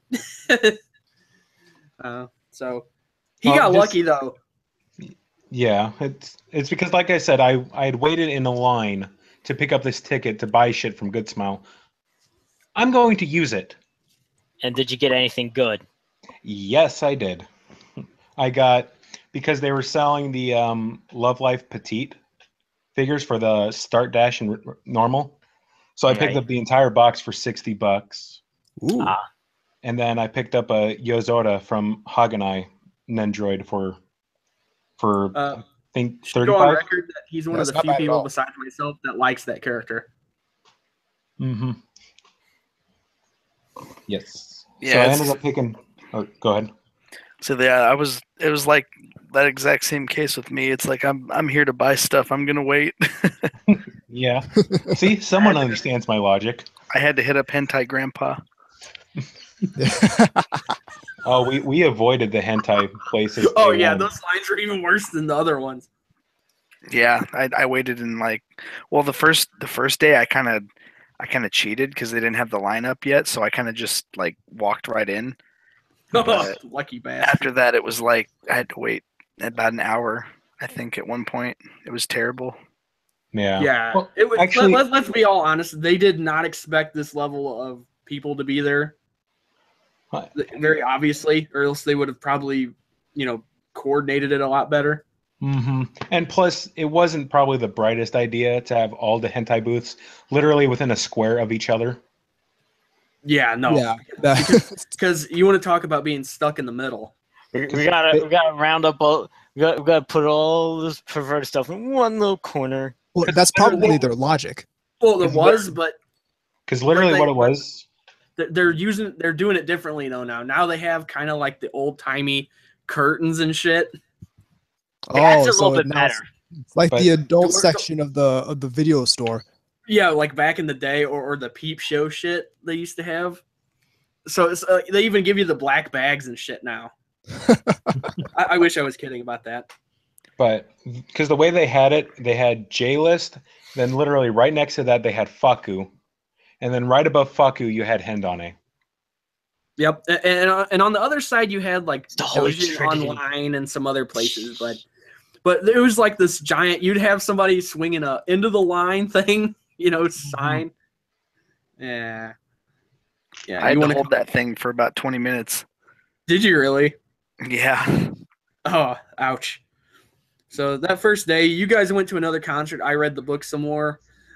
We all went to bed early because we were going to hopefully make better use of day 2. And we did. I'm not going to talk too much about the Super Live. Okay. But just because there were 6 acts and all that. But the show started off again at 7:30 when it was supposed to be 7. But they started off. Was this when I fucking injured my foot? Yeah, actually, I think this is. Yeah, because actually, day 0 was when you did that shit to your foot. Yeah, because you were also getting pissed off about people stepping on it. Oh yeah, and they did. Because like I hit a snag. You know how you get like a hangnail or something? Yeah. On my big toe, I hit a snag and it just ripped. Oh. And it took part of the part that wasn't actually dead. Oh, and you could like see the sock I had on, like starting to get red. And you could hear me like, "Fuck!" It hurts just talking about it. Oh, it did. And even walking, I'm like trying to make them slow down. I'm like, God damn it, I can't catch up. Stop. I'm cringing here. Yeah, it was bad. It was painful. And then some jack-off stepped on it too. And it was so hard not to just flip out, but But for the concert though, they opened with I can't remember her name. The chick that did the opening for No Game No Life. Oh, the one who sung The Game or whatever it is. Mm-hmm. This Game. The song. Yeah, This Game, that's it. But her and this group, Angela, performed the opening for Evangelion as the first song for the entire concert. Oh, yeah, Cruel Angel's Thesis. Mm-hmm. And then, of course, it went into just, I can't remember her name, just performing the opening for No Game, No Life. And then doing her set. Not Lisa, is it? No, it's not Lisa. If it was Lisa, you would hear me flipping out on Twitter about it because I love Lisa. Ditto. I love her too. I would have I would have paid $160 to sit front row if it was Lisa. But it's like Kanone, it's Suzuki or something like that. But she started off the show, and then I'm forgetting the second act, which is stupid because oh, no, the act wasn't stupid. It's just stupid that I'm forgetting this shit. Right. And then immediately the third act was Gardelia. And for those of you that don't know, did the second opening for Kill la Kill and the second opening for Mahoka. Yeah, oh, okay. I've heard them. And the building went ecstatic for Gardelia. I like the first opening of Attack on Titan, by the way. Yeah. But it was to the point where people that were sitting were forced to stand because everyone just got up for Gardelia. I mean, kill. They did. What did I confuse the two in my brain? We did see not a whole lot of cosplay of Maid Dragon. Is not as much as you'd think, but there were a couple of the Koas. I was counting them. Were you counting them or counting their tatas? It was hard to determine after a while. Yeah. It takes a special type of body to dress as Kritsu. And some of them nailed it. I'll just say that. Look who. That's all I'm gonna say. Friday. Some of them did absolutely have the right form for it. So you guys came back. I think we purposefully just went to bed early. Yeah. What about you, Sneaky? What did you end up doing? I was drunk every single night. Can I say that I was the same as well? That explains why we could never find you. Yeah, I think I can't remember if it was day 3, but we were out like walking the streets at like 3 a.m. and we met this like crazy drunk guy, and we were all drunk too. And I ended up drinking some of his beer. It was funny because he looked just like Mark Ruffalo, so that's what we called him. And we had to like ditch him really fast because he like kept following us. Oh shit! Let me just say one. Go ahead. That's funny. One thing I remember from day one is looking at Twitter at like 9:30 in the morning, and you had already posted about liquor. Yeah. But you got to understand, I live over here in Texas where you can't buy booze after like 9 p.m. So I understand. I was excited. No, I completely understand. Was that when you got Lane? Was that when you got hammered and fell off the bed? No, day 2, night 2 was. Okay. Yeah. All right. Day 1, I drank a little bit, but day 2. Nobody got nuts with it yet. Okay, so yeah, we all went to bed pretty early because we wanted to try to get up early the next day, and we were tired from the only 3 hours we ended up having. 6 o'clock in the morning. And waking up again. Your phone still scared the fuck out of Tim. Yep. So everybody got up. We did the typical thing where you take showers and clean up and everything. So then we went outside, and it was actually really nice outside. I'll say that. It was nice because the sun hadn't come out really yet. And it wasn't bearing down. On our way, I distinctly remember on our way walking to the convention center, we overheard somebody say, "It's never too early for abuse." And I'm like, we're going to have to incorporate this into the title somehow of this journey, especially because of day 1. Yeah. And then we started going. You could see the traffic. They actually had blocked off a couple of different like routes this time just so people could cross without having to worry about it, if you remember that, at least compared to last year. They had the street right across from the convention or whatnot. Yeah. Blocked off. We got in pretty easily. We went right in through. Didn't we go in through the front door this time? Well, here's the thing. We were originally going to go in through the main entrance. Okay, We saw the line, and we were like, fuck this shit. This is going to be day 1 all over again. So we crossed the street, gone to that line, and while we're waiting in line, I pull out my phone and just start playing Doretsu, or Idolmaster Starlight Stage. And immediately... the screaming involved. Yeah, because I had played a lot of Sif in the years that it had been out, and I never once rolled a UR, or had gotten a UR. In line, I just decided, you know what, fuck it, I'm going to do a 10 roll. And I immediately get an SSR Fumika. Ooh. And then immediately, right after that, I get Mayu. And I'm just like, what game is this? He was loud. I'll just say that. Cinderella Girls Starlight Stage, the mobile game. Oh, see, I wish I could play that. But then you have to like change your thing to Japanese settings, and you have to a bunch of shit you have to do, especially on Android. Oh, see, I don't have Android. I have iPhone.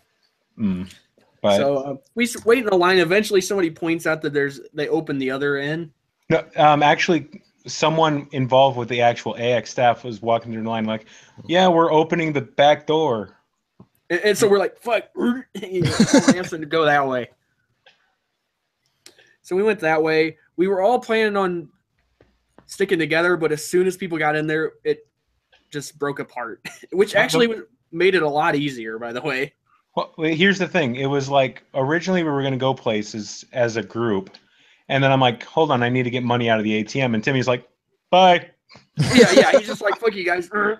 And then I happened to notice this wall scroll place that last year where they were selling the Esdeath one that I wanted. And, I was like, oh, I bet they have it now. So I went in there, shoot in there. I looked through the little catalog thing to see because that's how you know if they're sold out. Mm-hmm. And it's like, oh, they're not. So there are some. So it's like, well, how do they have these, basically, how do you find shit in here? It looks like they're just all over the place. There's like, they are.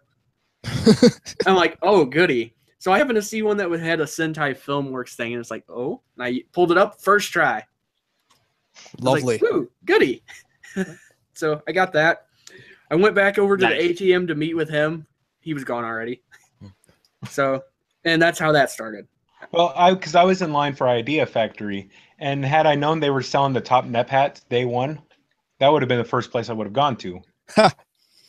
So I also ended up getting the second Double Zeta Blu-ray. Excellent. From a different place than Anime Pavilion. I don't remember where it was from. That's cool. You got both parts. And then it's like, shit, I didn't bring anything with me to carry any of this shit like an idiot.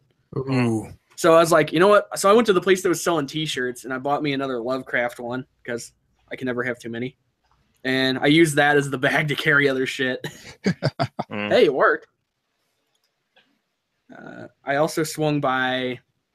Again, when you're alone, you don't have to worry about diving in and out of people and staying together. So yeah, exactly. So from now on, I think we're all just gonna have like a meeting spot.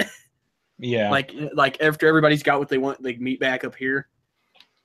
So I ended up swinging by, I think it was Discotheque, because they had the first standalone complex, box set. I was like, oh, I need this. So I ended up picking up that, and at some point we did reconvene because we went by Funimation. No, actually, you're thinking a little bit later in the day. Oh yeah, we went back first, didn't we? Yeah. Because while you were doing that, I had stopped at Idea Factory and picked up 3 Neptunia shirts. Right, I remember you picking those up. And then after that, it was like, okay, I bought all this Love Live stuff yesterday with Umi. Mm-hmm. I'm just going to look for Idolmaster stuff today.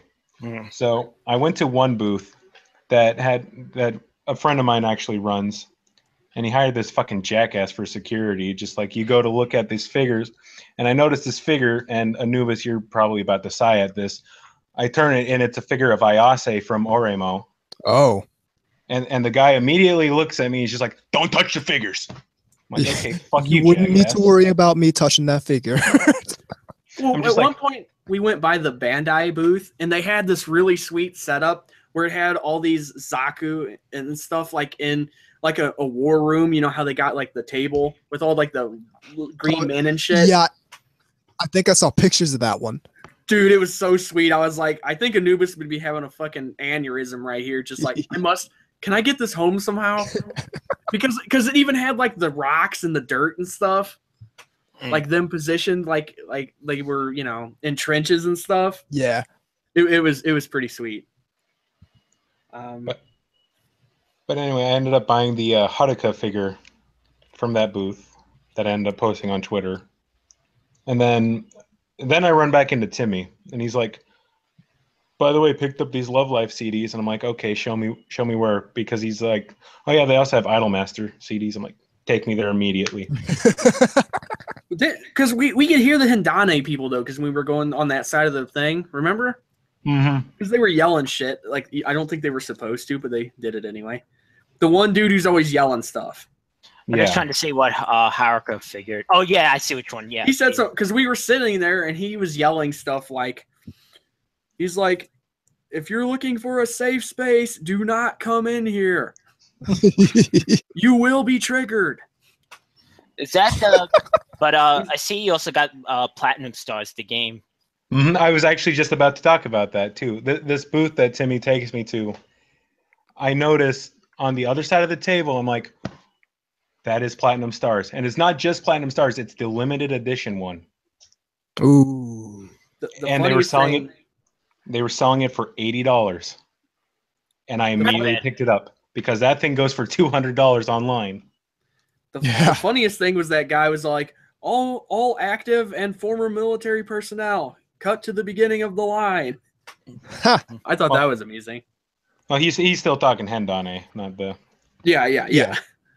But he's like standing on top of this chair, like yelling stuff. It was pretty entertaining. So I imagine you didn't find my Yoshiko. Dude, I couldn't even get hardly to any of these figure places. Yeah. That's fine. Because unless you already had some idea of what you were looking for, yeah, you were probably not going to be finding it. That's fine. But at this booth, I also got the 2 Idolmaster CDs, and then the one part of the day that pissed me off happened. Uh-oh. What was this? I can't remember. Because I had forgotten to call my bank and let them know, hey, I'm going to this convention. Oh, so they froze your account. So I went to Idea Factory, and a charge came on my card because I was using my card because the ATMs were fucked up. Because of course they are. Naturally. So a charge comes from LA. This booth that is selling the Idolmaster shit, it's coming through from Florida. So immediately my card gets frozen, and I have to put my entire Idolmaster purchase on my credit card. Good times. Mm-hmm. By the way, if you wanted to go to a panel at this thing, just forget about it. Oh yeah, that's like when I go. It's like fuck because like you got to get in line like 2 or 3 hours before the panel starts. Like Jesus. Screw that. It's like, and it was sad because there was a couple good ones. There was one I actually wouldn't have mind going to, and that was the Sunrise one. Oh. And it's like I wanted to go to that, but that was day 1, by the way. So is a feature writer and director? Can you tell me? Yeah, not that guy. I'm referring to my the time I saw Tomino years ago. Which interestingly enough was also the first episode. Yep. We did hear that Trigger's doing a new show called Promo Ray or something like that. Yeah, they're doing 3 shows. Somebody's went and good for them soldiered on to go to that panel. Yeah, I think if you know me, you know which one I'm excited for. Right. The Gridman one. So, did we actually go back, or did we? I can't remember when we went to the Funimation booth. I know we reconvened. Because here's the thing. After I made all those purchases and all that, me and Timmy went walking around for a bit. We ended up running back into you after I called my bank and all that shit. And because I was waiting over there by that those Tachikomas. Mm-hmm. And then after that, we met up.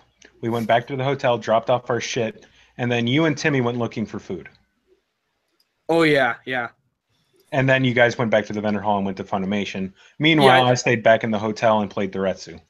Okay, yeah, that's how that happened. Because we were just kind of looking at their stuff. He bought some stuff. I saw they had Akido the Exiled, so I picked that up. Blu-ray.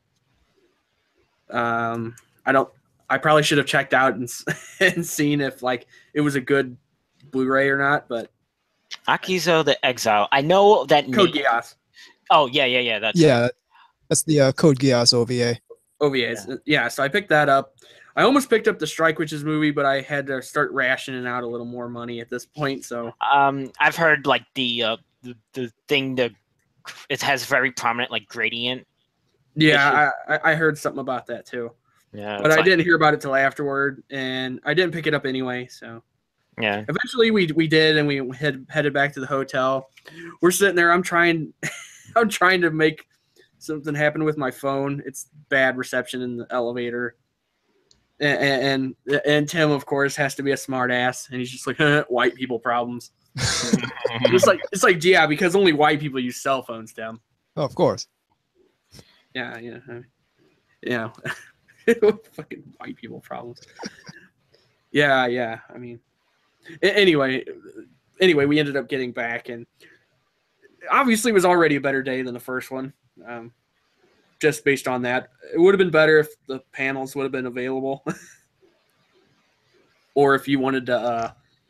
The thing is you could have went, but you had to waste a couple hours, and you still might not get in. Right. Yeah, nobody wanted to do that. Yeah, no, I'm not interested in doing that. No, because if you don't get in, you're going to be really pissed. Ooh, just like spend 2 hours and don't even make it to the thing you spent 2 hours trying to get into. I'd be livid. Basically, right. So nobody wanted to deal with any of that shit. And yeah, because that's the same shit at Expo 2015, waiting in line for the premiere of Little Witch Academia, the second OVA, and those fuckers just being like, "Oh yeah, we're gonna let the people from the Funimation panel stay over." So it's like that's horse shit. Only a quarter of the people in line got in that had been waiting for 2 hours. Yeah, considering that most cons are really anal about that. Yeah. Yeah, I'd have been mad. So anyway, that's enough with, I think, the purchasing of that day. Again, no panels, unfortunately, because of lines. The line simulator had spoken. Sneaky, you got anything to add? I just bought a lot of porn.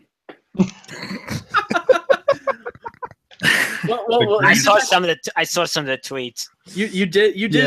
You did that at Acon too, though. Yeah, but I went into AX only thinking there was going to be one Dojin booth when there was 3. So I spent a lot on porn. Conquest complete. Unexpected expenses. Well, day 2 was also the day that Tim was fucking eye humping that cosplayer. Oh God, yeah. Wasn't it like Bridal Rem or something like that? Mm-hmm. It was. Yeah. Bridal Rem. Normally this wouldn't be something you would point out, but you know how people sometimes have their ass hanging out in these things? Mm-hmm. This person didn't have their ass hanging out. I don't think they were wearing underwear. I mean, that's how much it was hanging out. Well then. It's like Tim, Tim, waving at him. Yeah, he was pretty starstruck there, if that's the word you would use. Then, yeah, because he took pictures. No, not of her ass. that we know of, anyway. Yeah, not that we know of. I guess he could have been like the creepy Japanese dude with the phone. you know exactly what I'm talking about. Mm-hmm. No, I don't think he did that. But it was an event because because he just stopped and it was like, Tim, where's Tim? Tim? Oh, hey, what are you looking at? And it's just like he's just kind of like duh. It's pretty amusing. You can see the drool just coming down. Yeah, pretty much. Anyway, let us not focus on that too much. But he was. Well, he wouldn't lie. He was fucking ogling her. Anyway, so do we do anything else? I mean, besides make bad jokes about freaking that Metallicops thing? Well, the thing is, after you guys got back and showed me the shit you had gotten, I ended up taking off because I was going to hang out with another producer. Right, and I ended up picking up. I don't know if it was that day or not. I think it was where I picked up the tube for the. Yeah, I think that. You know how they have like those fluorescent looking tubes. It was day 2. Yeah, that you can pick up and put your wall scrolls in. You have no idea what I'm talking about, do you? I got it. I know what you're talking about. Okay. It's like a shipping tube. Yeah, basically. Yeah. Even though I actually did just bring it home via plane. Anyway, but yeah, that was basically it. And then after I got back, we sat around watching The Hangover. We watched the end. It was kind of the end of The Hangover, and then we went and got food. Yeah, because we remember we kept laughing about them putting. I see you bought Requiem 5 for a Dream. Oh yeah, I love Takatsu Boy. I don't care what people say. And that is it. Do you have black time? Sup, Moogie? And then after we got food, because I don't remember where we actually got it from. Wait a minute. I can tell you. I know we stopped at. That wasn't the time we stopped at Subway, was it? Actually, I think it was because we stopped at the 7-Eleven first. Remember? Yeah, that's right. We stopped at 7-Eleven because I was. And they kicked out the crazy lady. Mm-hmm. Because that was like talking really loud and to somebody. And I remember I was still pissed off because even after getting off the phone with my bank, who also needlessly asked me about convention stuff, saying, "Oh yeah, we're finally just getting some good cons out in Oklahoma." I'm like, "Okay, just fix my problem." My card was still frozen. Yeah. It's like everybody picked up some freaking candy and sodas and whatnot, and that was all good. We stopped at Subway. Carried that all the way back. Yeah, and then we basically just because that was at night. I know that we stopped at the Subway. Mm-hmm. By that point, the darkness had fallen, upon the sleepy town of Los Angeles. And then when we got back, finished Subway, and the drinking began. Yeah, and freaking because they were showing South Park pretty much this entire weekend, like interspersed with movies and stuff. But after like we should mention they gave us a great TV. It was over a 50-inch TV. Mm-hmm, damn, definitely. It was a fantastic TV. You couldn't use the fridge though, because if you did, you had to let them know you were going to, or else they would charge it as part of like the mini bar deal. You would get charged $100 for using the mini fridge. Yeah. Wow. And this is at the Intercontinental? Yep. Yeah. Wow. It was worth it. The hotel was expensive, for sure. but it was worth it. Yeah, it was a good hotel. Certainly compared to the last fucking turds we were in. The bathroom was, or go ahead. We stayed across the street from the IHOP and the Milner, and the hotel was really old, but it was a huge room, and there wasn't a fridge, but they didn't really care. We made a lot of noise too, like which always makes you having fun. Yeah, it was actually pretty good. But that bathroom that we had was the size of the room we had at the Mayfair. Yeah. Wow. They also had fucking. Now that you mentioned that, remember they came with those freaking bathrobes? Mm-hmm. Yeah, they had fucking bathrobes. 2 bathrobes. Yeah. Yep. That was kind of cool. And again, much better, just all around. Still no maids. They're working on it. It's a very expensive hotel. Yeah. But after that, we started watching Akuma no Riddle. Yeah, I think we got about 4 episodes into that or so. No, we finished the first disc, I think. Oh, yeah, we did. Because then everybody's like, okay, it's bedtime. Well, meanwhile, I'm drinking watching. And eventually, and eventually you fell off the bed because it's like, oh, my back. I bet Sneaky wants the maid from Hinako Note. Yes, I do. Yeah. What was great was during the broadcast of that show on YouTube, but they didn't last that long. But I saved them. They had this like with the voice actors.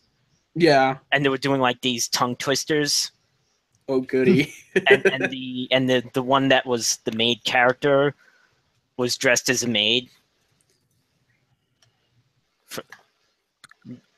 So, I mean, it wasn't like, I didn't know what they were saying because it was not subtle, but okay, I'll shut up. So, I think that was it. The drinking started. Tim was snoring really loud as usual. Yeah. Lane was getting increasingly not able to stand properly. Yeah. He eventually fell off the bed, and it sounded like he cracked his back. Yeah, I ended up hitting my back off the chair that Tim was sitting in. Yeah, because the only thing I could think of was that scene from The Simpsons where Otto's on the trampoline. I was just thinking about that. And he does like that cannonball in midair, and he comes down and he's just like, oh. It makes me wince every time, but it's too funny not to laugh at. The funny thing is, and I didn't stop drinking after that point either. No, he didn't. Oh, of course not. Because that's smart. And eventually, I think everybody just kind of dozed off and just out of. I don't remember what we did before we fell asleep. I think everybody was just tired and we're all full. So it's just like, okay, onward to day 3. Mm-hmm. Again, starting with my phone going off. And everybody getting freaked out.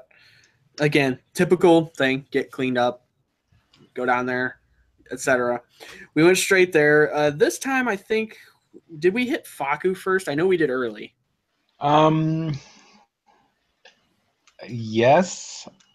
Because that was one of the first things we did was get in line for Faku. Yeah, and it didn't take too long. Some funny things going on. You could still hear the Hindane dude yelling stuff. This time he was doing like questionnaires about historical events. And I wanted to yell that. And since I'm in the line over, I wanted to yell stuff and be able to hop right in line over there. Because like if you got it right, he let you get ahead of the line. It's like okay, That's a great idea. Oh, it was hilarious because he was just like, all right, which Dutch port? you know, when they came to Japan, da da da da da da. And and of course, me being the history nerd I'm in the background. Ooh, I know that. Which battle did the tank first introduced in? Yeah, during what didn't he say like 1916? He asked in 1916 or something like that. Some shit like that. In any case, he was just asking a bunch of questions and then asking if anyone wanted to cut in line. Yeah, basically. It was pretty entertaining since we were across the thing waiting in line. I picked up when I went in there and I picked up Bashful Break from Homunculus because I actually like their stuff. And I also picked up A Body for Play from Boshi. Good call. Those are the two I grabbed. I know Phoenix Otaka here was really angry because Let's Do It sold out. Oh no, it was out of print. It was. They were out of print of it. It wasn't even on the list anymore, and I could tell he was getting annoyed. I don't remember what everybody else bought. I know Tim got some stuff too. I mean, he was in line. And by the way, I remember what we did first. Oh, what was that? Dakimakuras. Oh yeah, because you went to go get the Sagiri one. Because Aramaka Sensei, and that whole thing was fucking gone. Yeah, because they needed to make room for a line for Atlas or whatnot. Yeah, it's like don't worry, dude, I got you covered. They have another place called Lollipop Channel. And they basically sell a bunch of that stuff. So, and they had some that he was into. So, and I ended up getting Sagiri. Yep. Good call. And basically, after that, because Tim was still with us, wasn't he? Tim had walked off because, of course, he would. Yeah. Tim has the attention span of a gnat sometimes. He's just like, ooh, that's just playful banter, not really knocking him or anything. And then, because after Faku, we ended up going to we went to one other figure booth where I got an Umi Sonata figure. And I picked up a gift for somebody. I'm not going to say what it is because that would spoil it, wouldn't it? I know exactly which one you're talking about too. Yeah, and then pretty much it was one of those. Okay, now if I want to buy anything else, I'm going to have to start digging into my food money. So that's not good. And then, didn't have as much money as I wanted at this con, but did what I could. Yeah, you got Zeta. yeah, I got double Zeta. And while not actually anime though. Well, only the first half. No, I bought the second part. Yeah. No, I'm saying only the first half is not anime. Then they changed the opening. Yes, yeah, gotcha. And then while we were waiting for me to get that figure, didn't you hear someone say something completely fucking stupid? Oh yeah. First off, I saw a courtier on he was in the yaoi section selling stuff. Didn't really get to talk to him much because we were in line, and by the time we were out of line, that place had been swarmed. But no, because remember we were looking at those figures because Tim was trying to get something or another, right? No, that was me trying to get the Umi Sonata figure because they didn't have a fucking. Tim was there though. See, I should have asked you, Phoenix, to find what I was. Yeah, Tim. Well, Tim's sitting there, and so is Lane here, and there because you could tell we were sitting there, and I overheard somebody go. I don't know what they were talking about specifically, but they said, and I quote, "No, that's too anime for me." and like we both kind of looked at each other like, what? Do you know who you are right now? Again, I can understand if you were like at Comic-Con. Yeah, but it's like you're at Anime Expo. Why are you here? like, and it bothered me the longer we were sitting there because it's like, is it dangerously Japanese? Yeah, exactly. Yeah, exactly. It's like, this is one of those people that were just like some Marvel guy that got roped into it, or no, probably likes what we the really Western looking stuff. Yeah, but it's no, that's a stupid thing to say though, because all that stuff's still anime. Well, it was just weird. Well, yeah, what Scorpio guy says. Then why the fuck were you at an anime con? Yeah, like it was one of those things where it just kept coming up and up again because it's like, did I just mishear that guy? or and it was a guy. Yeah, it was strange. But eventually, after that, we went back, finished up watching Akuma no Riddle, which was great because it had the ending freaking OVA, which I was joking would be a beach episode, and it actually turned out to be one. There are a lot of bananas, so we'll just call this the banana boat. Banana boat. Yeah, exactly. And by the way, the homeroom teacher in that show is fucking just unbelievably dumb. Mm-hmm. Like, maybe the dub just made him worse. I don't know. No, he's that stupid in the Japanese one as well. Okay. We were laughing because while we were sitting there, the Team 4-Star people said in IRL they got a copyright strike because Toei was there. Oh. Like in real time. It was kind of funny. And I remember after this, we eventually did try to go to the IHOP. Fuck that IHOP. Yeah, fuck that IHOP. First off, it was hard to find because Tim decided to try to take a shortcut. And well, no, the thing is which way do we want to go down? I'm like, okay, so obviously you asked my question. Sure, we can go the one way we know it takes us there. But I'm like, okay, obviously you know how to get there either way we go. So let's take the way that has more shade, so we're not standing in the fucking sun. To which Cube the Third points out, Team 4-Star had to apologize for that tweet. Yeah, I remember. Yeah, I know. But we do get there, and it's relatively. Oh, that freaking song "My Sharona" kicks on as soon as we walk in while we're at the thing, and freaking this look on Tim's face. He's like, "I hate this song." Which there's a callback to this, so don't forget about that. Yeah. No, it gets better. So we're in there, and okay. First off, the servers were not very good. They were extremely non-attentive. Let's just say that. And they had some peculiar names, which I wrote down because they were so peculiar. Check this out. One of them was named Jerusalem. What? And another one was named Mercy, spelled Merce. I'm like, did we walk into Superbook? But no, they didn't come by to refill drinks. They took forever to get the order. Just the whole thing. Tim was joking about dining and dashing. It just was not really well handled.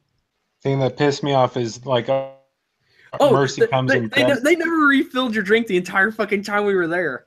Nope, they came and they refilled your drinks. Yeah. And just looked at me. They took forever to do. They took forever to do ours too. Yeah, but you still got to refill it. She just looked at me like, "No, you're not getting it." yeah. Just like, I don't like you, kind of thing. And after that, we actually went to Target because we had to pick up something. I forgot what it was, but I needed more soda to mix. Yeah, I needed more, for the drinks. And that song came on again. And Tim's just looking at me like, "Are you fucking serious?" Like, it was like somebody's pissed somebody is angry at me, clearly. And I think we did go through the dealer room one more time, but it was just kind of a window shopping deal. No, actually after 12:30 we were done. Okay, yeah. Because everybody was just like, "Okay, we got to get up early tomorrow because got to fly back, got to drive back." We went to Fat Burger for the final time. Yep. At 12:30, and I remember just getting on Twitter. Which, by the way, their food was surprisingly good. Mm-hmm. Which is good. I just can't get over that name. Establishment called Fat Burger. One word, by the way. Otaku burger. The food's good too. Yeah, it was actually and quite it's good. very big. Yeah, as you would imagine with a name like that. Yeah, it's actually Fat burger. They actually had a pound burger there. Because remember, Tim kept going, yeah, because that's how they yelled in the place when they had orders and stuff. And Tim kept just doing that. It sounded like the dude from Storage Wars. Yeah. But the thing I found funny, or that was just kind of stupid as shit, is they can't hear worth a damn when you say your name. Yeah, because they either did not get your name right or they only got half of it or something. So we jokingly kept saying that they're just going to start every name with a J. Because they called you like Crown or whatnot. Or some shit. It was like, and then they only said half of his name or some weird like that. None of this was remotely correct, by the way. Obviously. Like, the funniest thing was imagining them yelling Jim. And like Tim just sitting there like not knowing they're talking to him.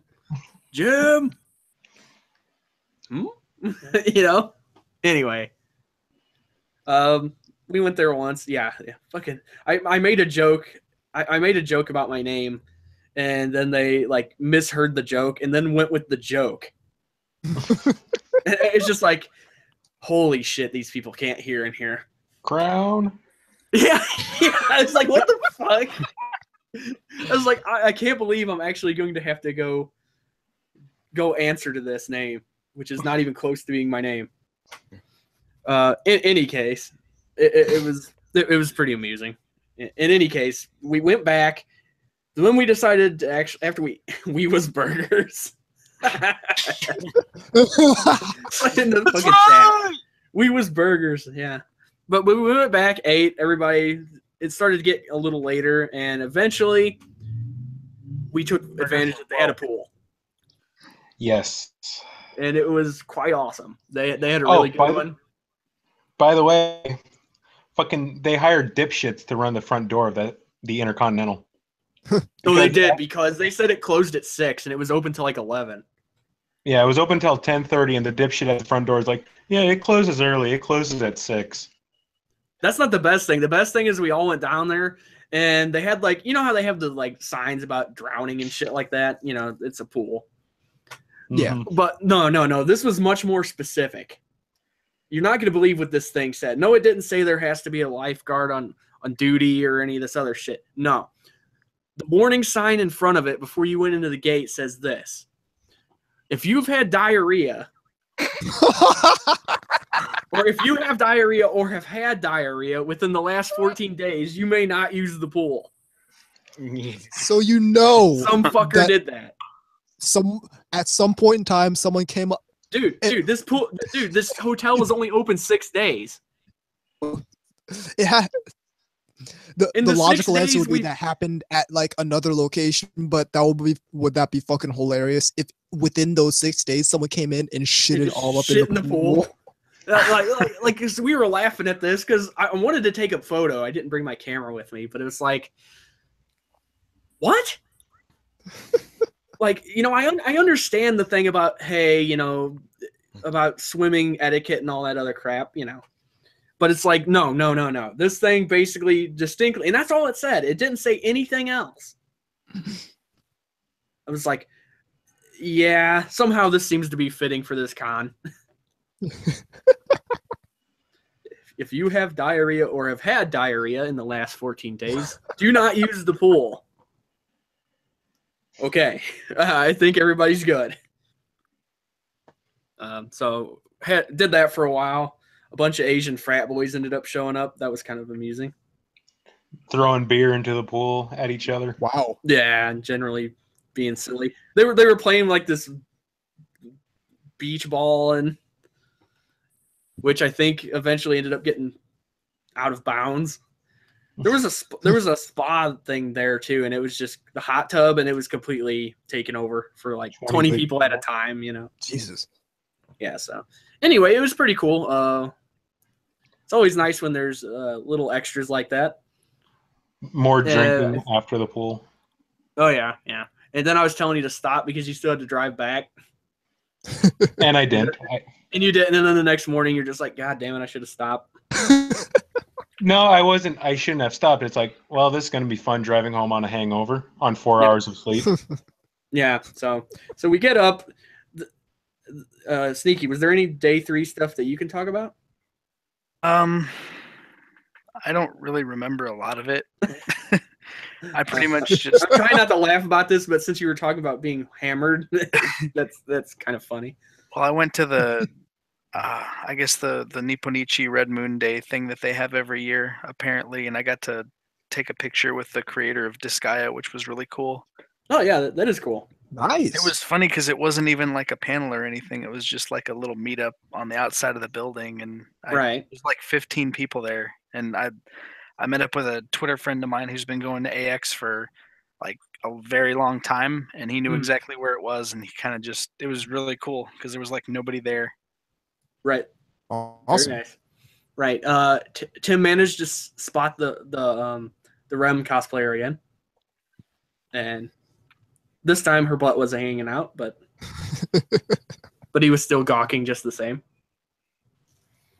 That happened before we went back, obviously. Anyway, the next morning it was one of those deals like, okay, everybody's all like groggy and shit. 4 hours of sleep. Yeah, low amount of sleep. Then had to gather all the stuff, get the luggage. The dude who came up there who was supposed to cart the stuff down brought the wrong shit. They didn't understand what the word luggage cart or cart luggage meant. No, because they actually brought up this dinky ass what the hell was it, like a Rector set looking deal? Mm-hmm. It was literally just something to put your luggage on. Yeah. No, yeah, exactly. You're supposed to put it on the cart that you brought it up here in. So then there was that, and I got to catch a flight later, so that's getting me a little nervous that they're fucking around.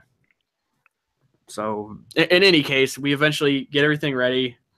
We surprisingly don't get very lost trying to leave LA, which is easy to do, by the way. The worst part of LA is trying to get onto any of the freeways.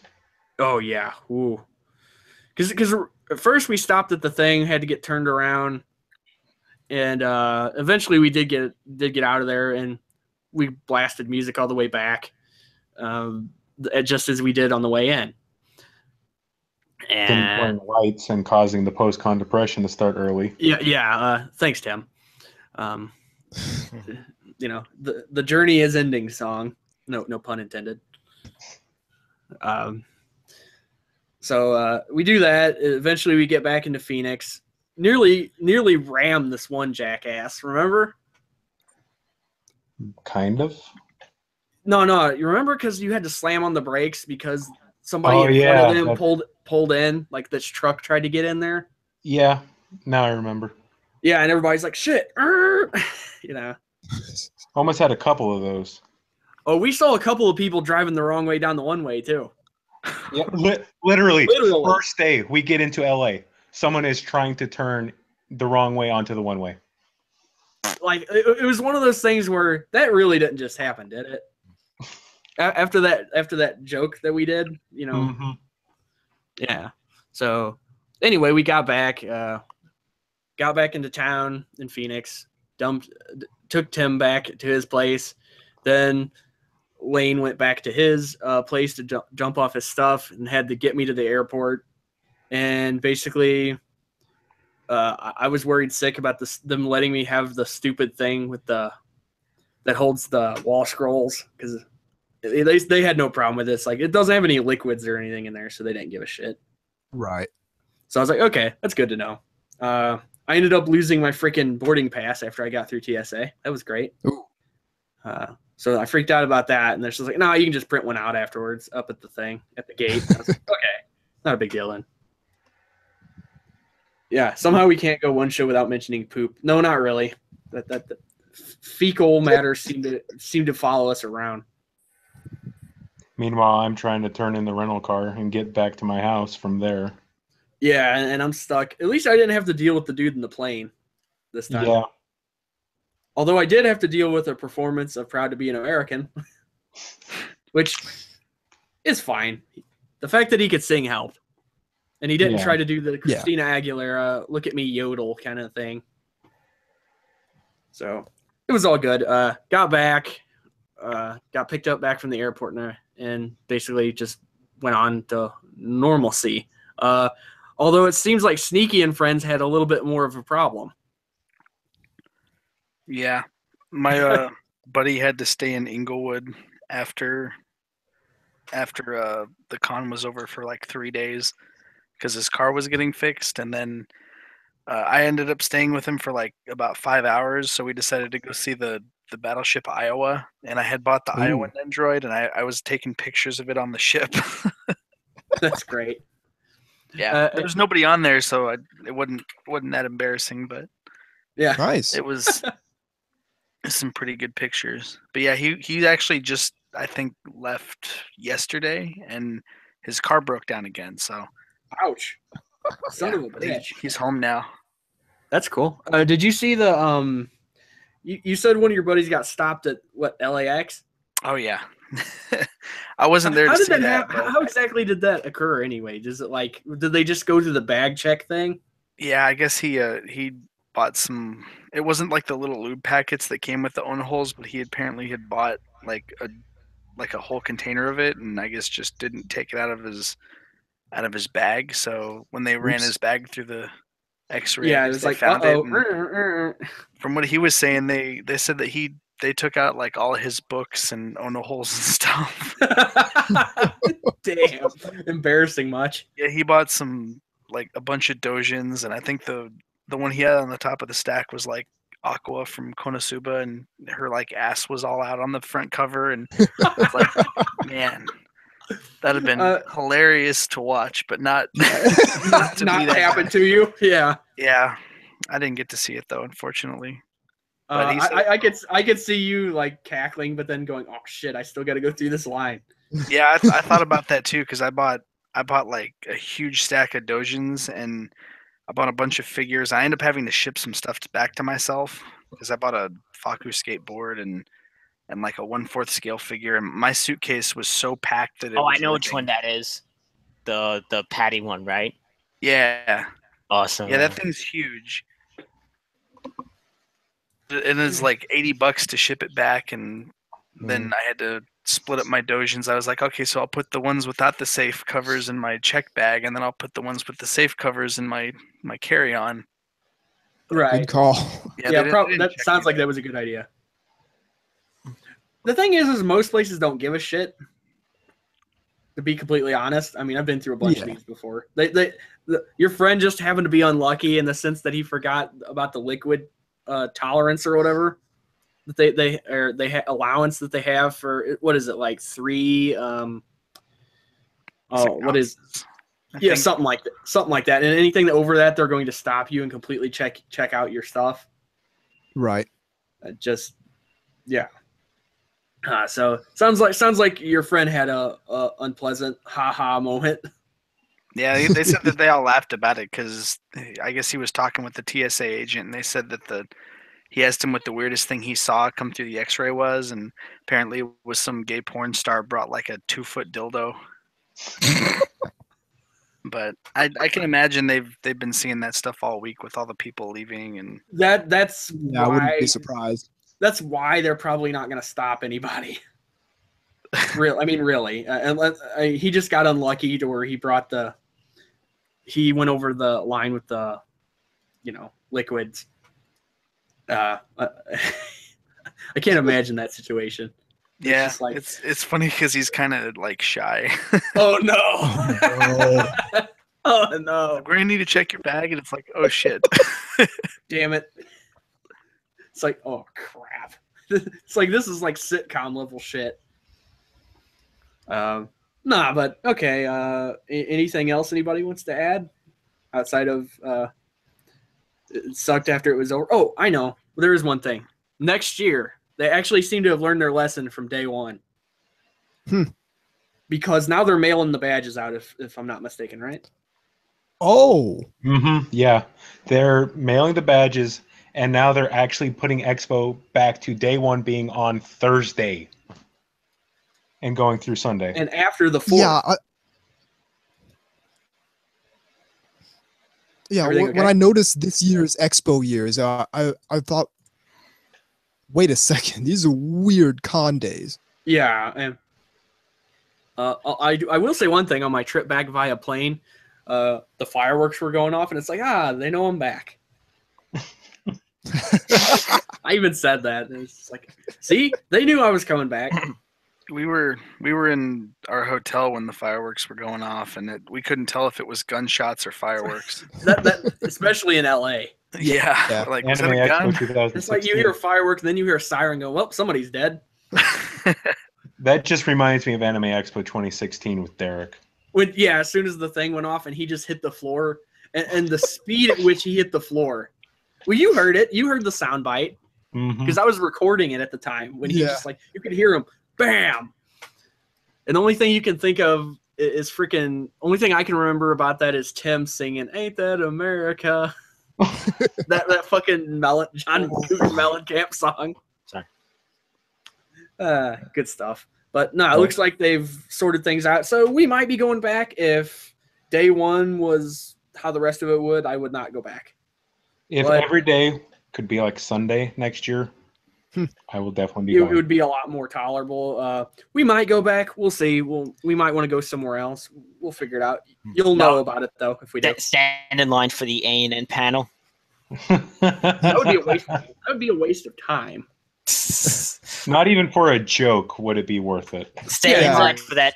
What was that feminist panel? In line and then be in an A&N panel. Oh, you mean that there was apparently, none of us went to it, of course. Yeah. But there was a panel called Queering Up the Con. That's it. Oh. I already got Cubase says, are you going to ever release the stuff you recorded on your recorder back in AX 2016? Yeah, I actually already got it, and I scrubbed it off my recorder. It's in a well, you've heard it. Anubis has heard it. It's pretty good. I think number 3 is the funniest one. They don't have names. I think because that's also the one where that we were just talking about, where Derek hits the floor and everybody starts laughing. But I'll send it to you, perhaps via Skype or something like that. It's worth listening to. It's pretty ridiculous. This time we recorded some stuff. A lot of it wasn't nearly as funny, unfortunately. Probably because we were so pissed off during the beginning of it. I want to hear the Juggalo one. We didn't get that guy on record, unfortunately. Did not record that guy, unfortunately. I wish we would have, because he was just outside yelling. But if anybody else has anything to add or say about this, well, the one last thing I gotta say is I'm still got the depression from it. It's not so bad.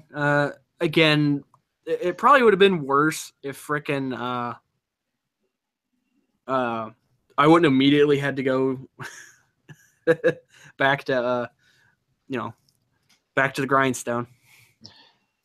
Next year, let's definitely plan it to where we stay for the final day and then leave the day after. The day after, like we always did. A very good call. As someone who's done that for the past 2 anime Bostons, very good call.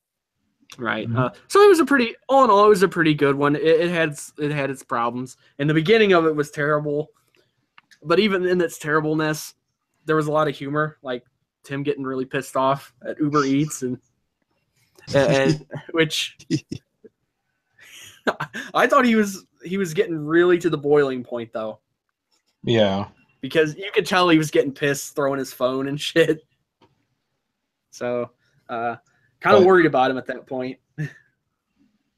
Either way, next year, though, I do want to go back just for the concerts. Just because those were fun to go to. Yeah. Again, the only problem I had was that first day and how very poorly they handled all the lines and stuff. Yeah. Because it made that day kind of a, why did we even bother with this day? Besides for the limited edition shit. Yeah, no which we couldn't even get at anyway because it was looted an hour before anybody could go in there. Mm-hmm. Got to spend that $500. Yeah, spend that $500 to spend that $500.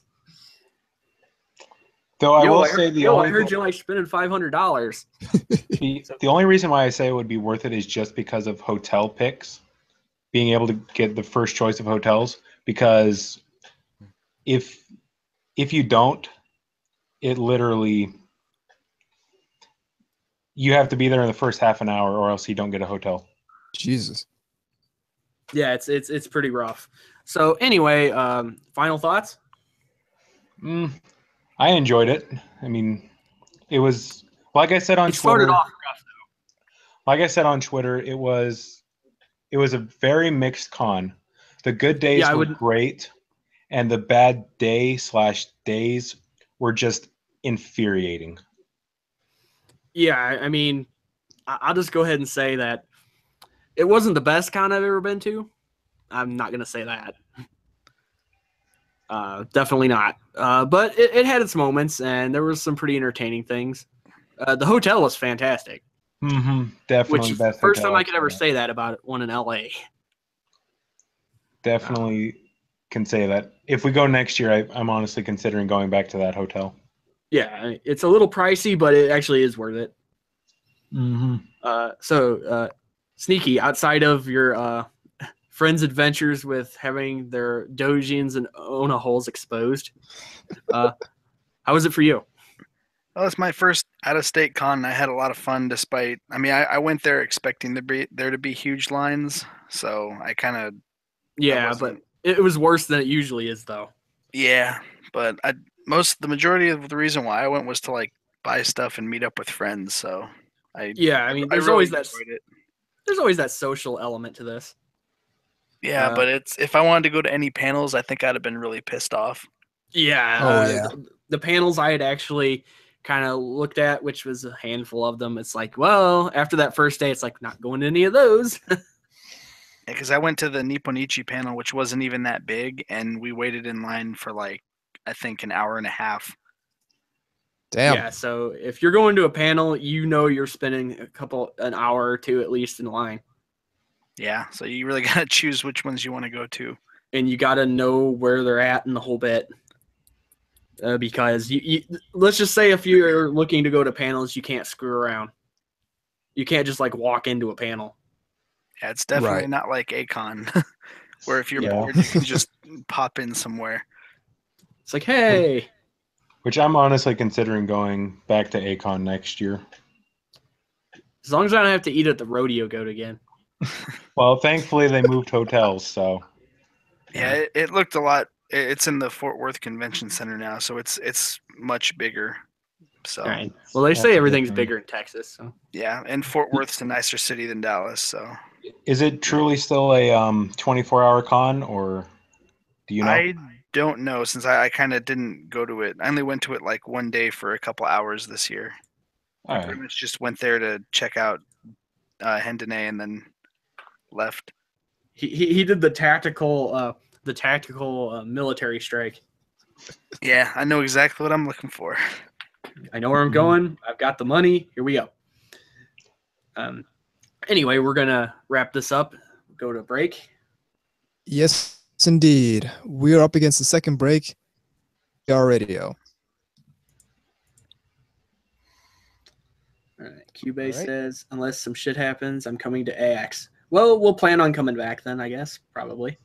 I guess I'll make plans to go to AX next year. It should be better now that they're going to send out because I think they had that first day and shit their pants. Hopefully, maybe they did in the pool because that's why they had the thing out. I don't know. Hey, if you guys need a hotel, I'll get one. Like I said. Yeah, well, I'll probably be coming with a crew, so we'll probably see if we can get in the same hotel you guys are staying at. Okay. Yeah. We'll just go ahead and say there wasn't a whole lot of errors there. One of which was that there were no trash cans, but seemingly. But it was all pretty good. I mean, everything else was actually quite good. I would love to go, but that's too much. I don't think you'd want to deal with the people. My thing is that there's like an extra step to me, which is being diabetic. Which there's like, you know what I mean? Yeah. There's like it's an extra like procedural. I don't know what to call it. I can't just like go. I would have to like hyper plan everything for that. Being diabetic myself, I completely understand that. Are you type 1 or type 2? Type 1. Oh, the same thing. I'm the same thing. So believe me, I know how much of a pain in the ass that is. Yeah. Amos is too, isn't he? He is. I don't remember what type though. Yeah. Oh, speaking of which, I heard that he had to go to the hospital during all this. Who's this? Hung like a zombie. Oh wow. But not from that, I don't think. It was some kind of pancreas deal. Ooh. It's like, ew, that's not something you want to fucking find out. It's a good thing he wasn't there during that. Yeah. That would have been doing well though. That's good. Hate to hear anything bad like that. Yeah. Oh, the guy who was there last year with the smile if you love hentai, he was there. Oh yeah, I saw that guy. The vagrant. Yeah, I smiled at him. Yeah. Phoenix Otaku gave him some money. Yeah, I'm just like because we were walking to the convention center, and you had to empty your pockets when you got there because of security reasons. Just like, I don't want to fucking deal with this change. I'm like, you are the only cool beggar that I've ever seen, and this is 2 years in a row. Here you go, have the money. You deserve it. I know it's on your hard drive. Exactly. That's what he said last year. So like, yeah, I saw the picture of that guy. Now I know what you're talking about. Did you see the religious protesters with the they had a remote control car that was carrying the sign around this year? Oh wow. I did not see that. No. What are they gonna get, a drone next year? I was gonna take a picture of it, but I didn't want to get into a conversation with them. Yeah, we were there was some nutty chick on the corner when we were freaking walking to IHOP that was doing that shit. They're going to hell for what? Yeah, basically the typical bullshit that. I'm looking at loot drawings. I didn't see it. I was totally expecting Trump protesters. I really was. Loot drawings from the Orient. Just because it's California. Loot drawings from the Orient. And you know, that's all that I would say.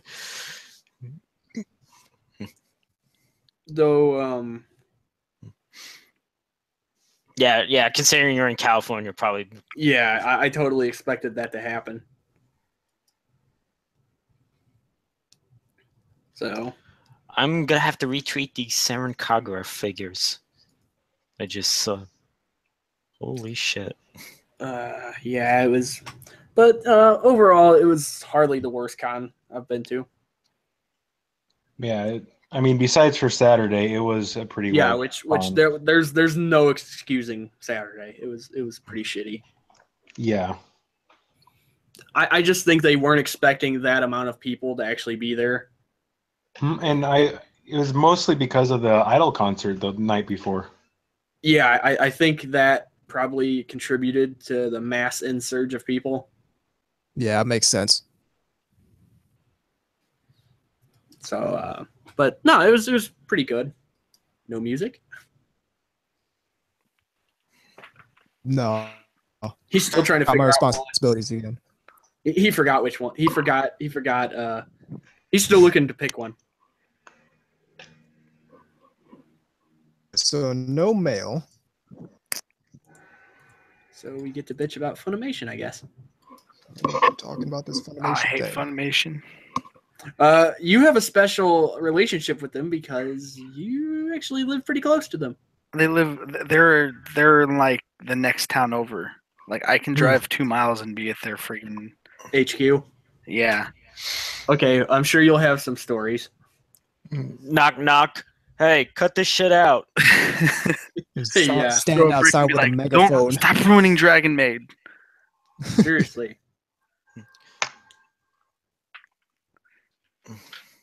It actually hurt me to when I pre-ordered the Lucky Star Blu-ray when it came out. That was the same thing with me. It hurt me. I don't know what happened with that release. I mean, I know the show was from 2007 and it's an older show, so it's not going to be, but the thing is, I've seen the Japanese Blu-ray. The Japanese Blu-ray looks fine. So I don't know what my DVDs from Bandai look better. Yeah, the old ones. It's just but it hurt more to give them money because they just stick their dick in everything here. Every single thing that's anime related. They were airing the I can't remember who did it, but it was when the Madoka movie was here. Yeah, they were advertising outside of the theater. I'm like, nobody cares about you. Get out of here. Yeah, that's it's a thing that when something gets too big, but there isn't much competition, so there's a sort of a complacency that happens. Oh yeah, that's kind of the way I see it. Even though there shouldn't be a complacency because other companies have been stepping up their game for the past couple of years. Other ones have been doing really well. And again, I know people complain about the Aniplex, but people buy the Aniplex stuff because they know that they're at least getting the quality. Yeah, at least they released their anime correctly. And Sentai's been doing really well. In fact, that's probably most of what I buy has been from Sentai. Not out of a favoritism, mind you. It's just the shows that I really like. My only problem with Sentai is where they stream their anime now. Oh, yeah. Well, that's a different thing. Okay, ready when you guys are. Sure. Ready on third segment. In 3, 2, 1. Welcome back to NTR Radio. No mail, but there's an situation going on with Funimation to talk about. Where do we start? So basically what happened was the dub for which episode of Maid Dragon was it? I honestly don't know. 11 or 12, I think. Yeah, something like that. In any case, they made a substantial change to inserting where is now talking about the pesky patriarchal societal demands. Yeah, which everything about this that had nothing to do with that. Everything about this should elicit a laugh out of you. And kind of a what sort of way. Yeah, a complete non sequitur.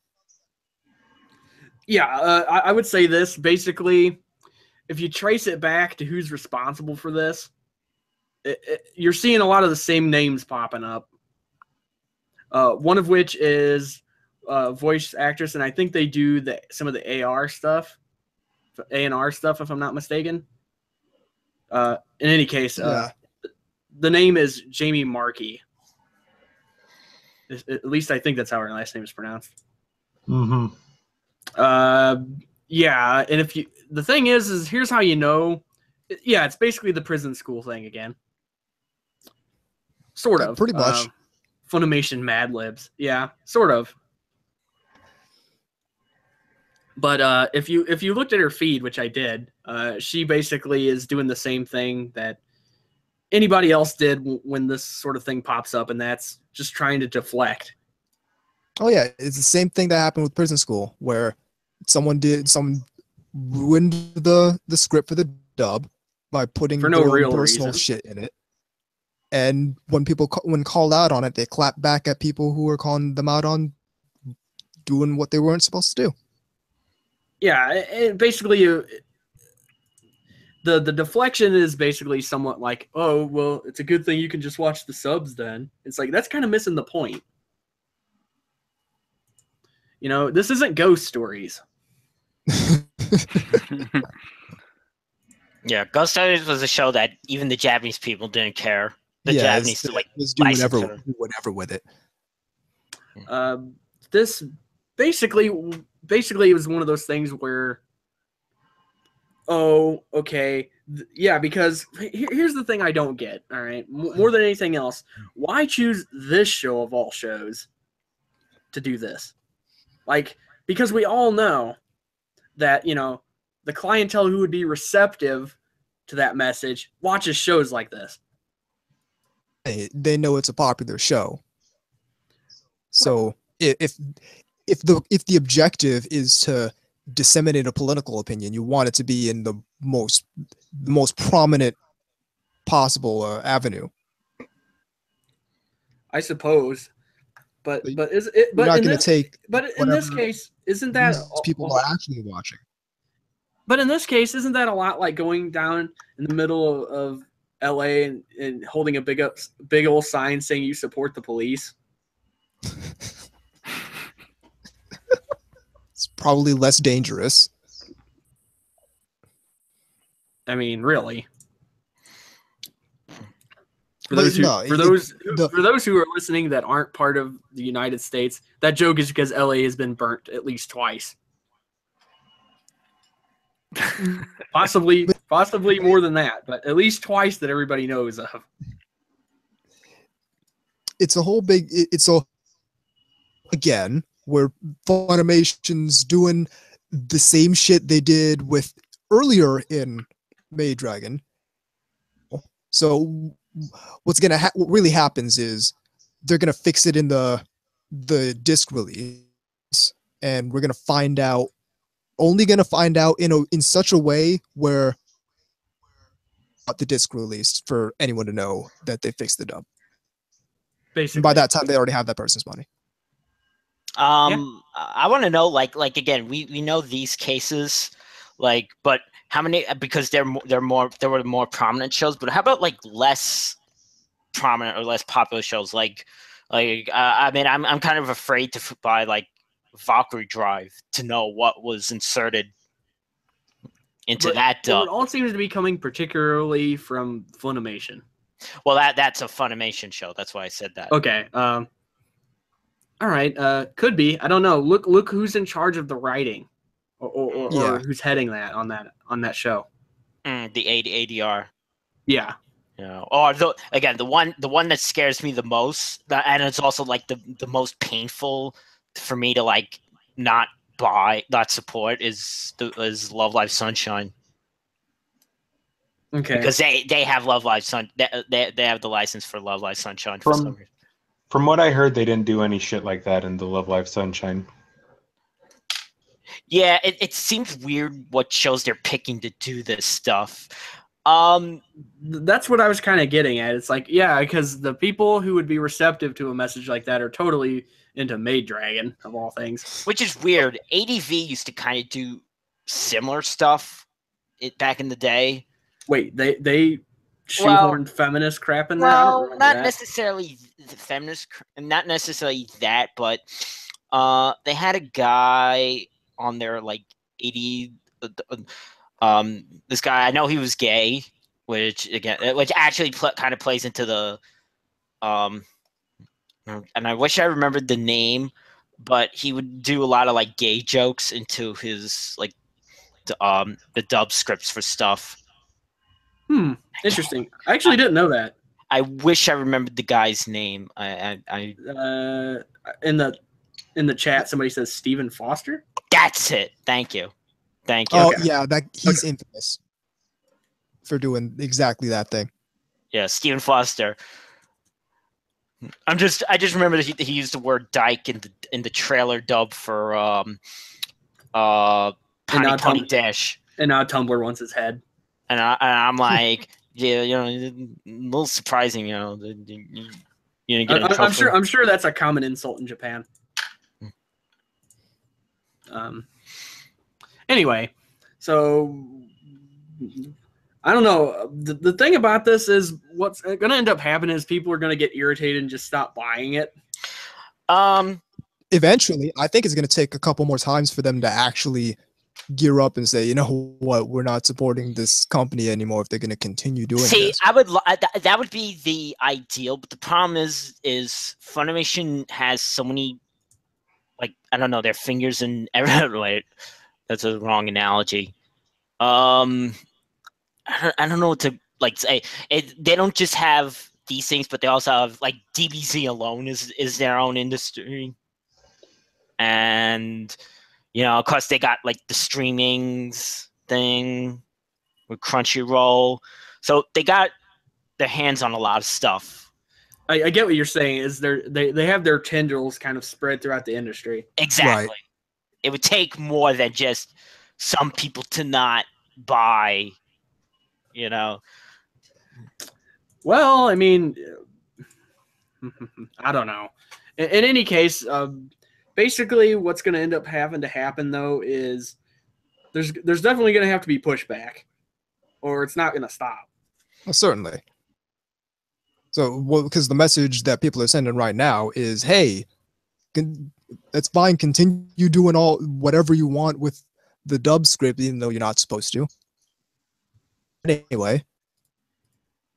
Yeah, because if you do keep buying it anyway, then they're just going to think, well, not enough people care to stop doing that. Well, to me, it feels like, again, I understand that there's a kind of art to translating Japanese to English. This is more of a localization issue. Yeah, that's the thing. It's these aren't straight translations in any way. And, well, again, it always feels like people that wanted to be in a creative field but failed to. So this is the closest thing. Kind of like they're doing with video games a lot of the times now. Yeah, like, and I've heard that some people ruined the last Fire Emblem game with this crap. Yeah, isn't that the thing that that sold really bad or something? I don't know. I actually don't have it. Tim's the one who said that, though. That this kind of dumb shit really messed with the last Fire Emblem game. Mm. So you'd have to ask him on that one, but I'll take his word for it. Anyhow, anybody else got anything to say? Sneaky, you live in proximity to this place. Well, I mean, I know about all the Fire Emblem stuff, and it makes people really mad when that stuff happens. But I feel like that their job is to just translate it from Japanese. And I mean, like, if you remember Joshiraku, like all those references and stuff that nobody got, it's you can change it a little bit, but nothing like that. Yeah. Oh, right. Yeah, another Joshiraku fan. Didn't you say you ran across people that work there occasionally since they're so close? Yeah, they're at like every convention here, and I think they were at the Madoka showing, and then the Girls in Panzer movie showing. Probably more, because there's a lot of stuff that goes on I don't know about. I remember you saying one time, and I don't know how true this is, but I remember you saying one time that there's some people that work there that have some interesting extracurricular activities. I don't really remember something of that. I know I used to be friends with somebody who did booths at A-Fest back in like 2011, and I know they were real dicks back then. Like, because I remember you said something about a crackhead. Oh, that's what she was saying. I'm not sure how truthful that is, but I honestly wouldn't put it past them.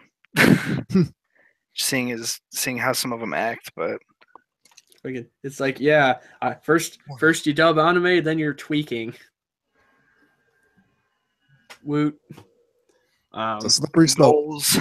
Clearly, it's a slippery slope.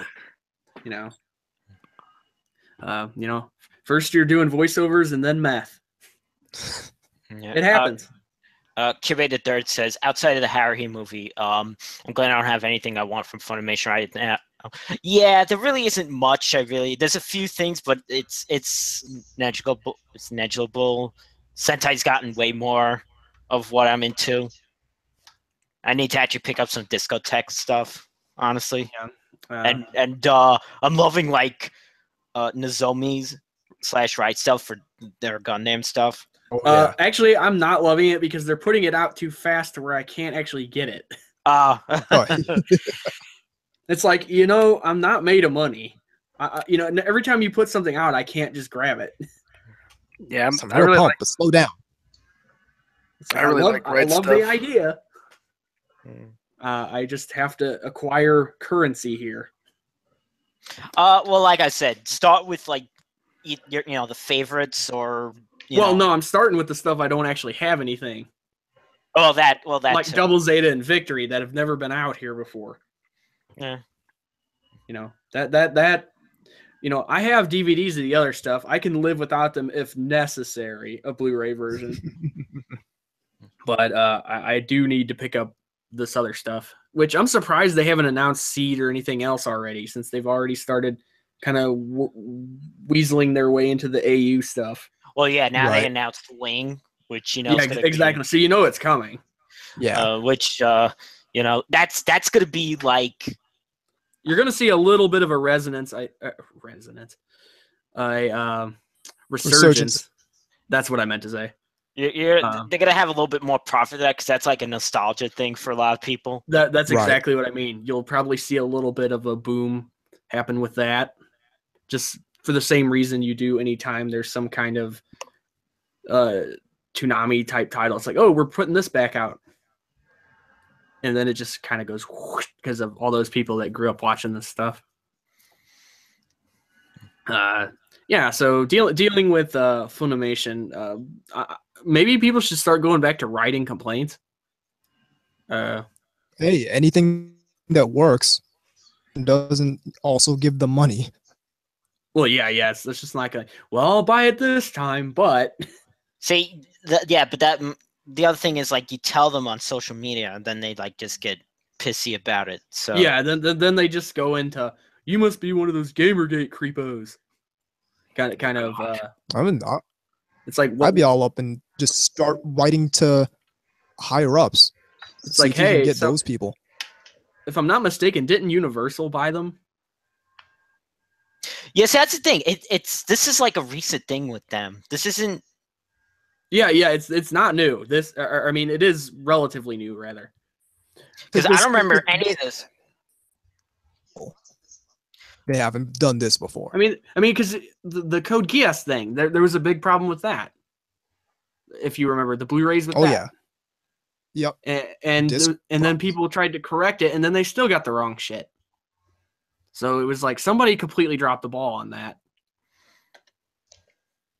I know it's easy to complain from this vantage point because we don't have to deal with any of this crap. Kibbe the Bird says, no, Universal didn't buy them out. They were looking into buying Funimation. Okay, that's what I was thinking of. I actually read something about that somewhere. Okay. But didn't somebody purchase them, though? No, I don't think... I don't know. How did I heard that the Nichijou release was fine, but they didn't dub that. So maybe I should pick up that. Well, you'll notice the things they dub are only the ones that they have. The things that they dub are usually ones that they already know are going to sell. For extra market they dub nearly anything. Most of their stuff. They only don't dub if it's like an older thing that kind of is more niche, like a Nichijou, because that's such a cultural focused show that dubbing it wouldn't.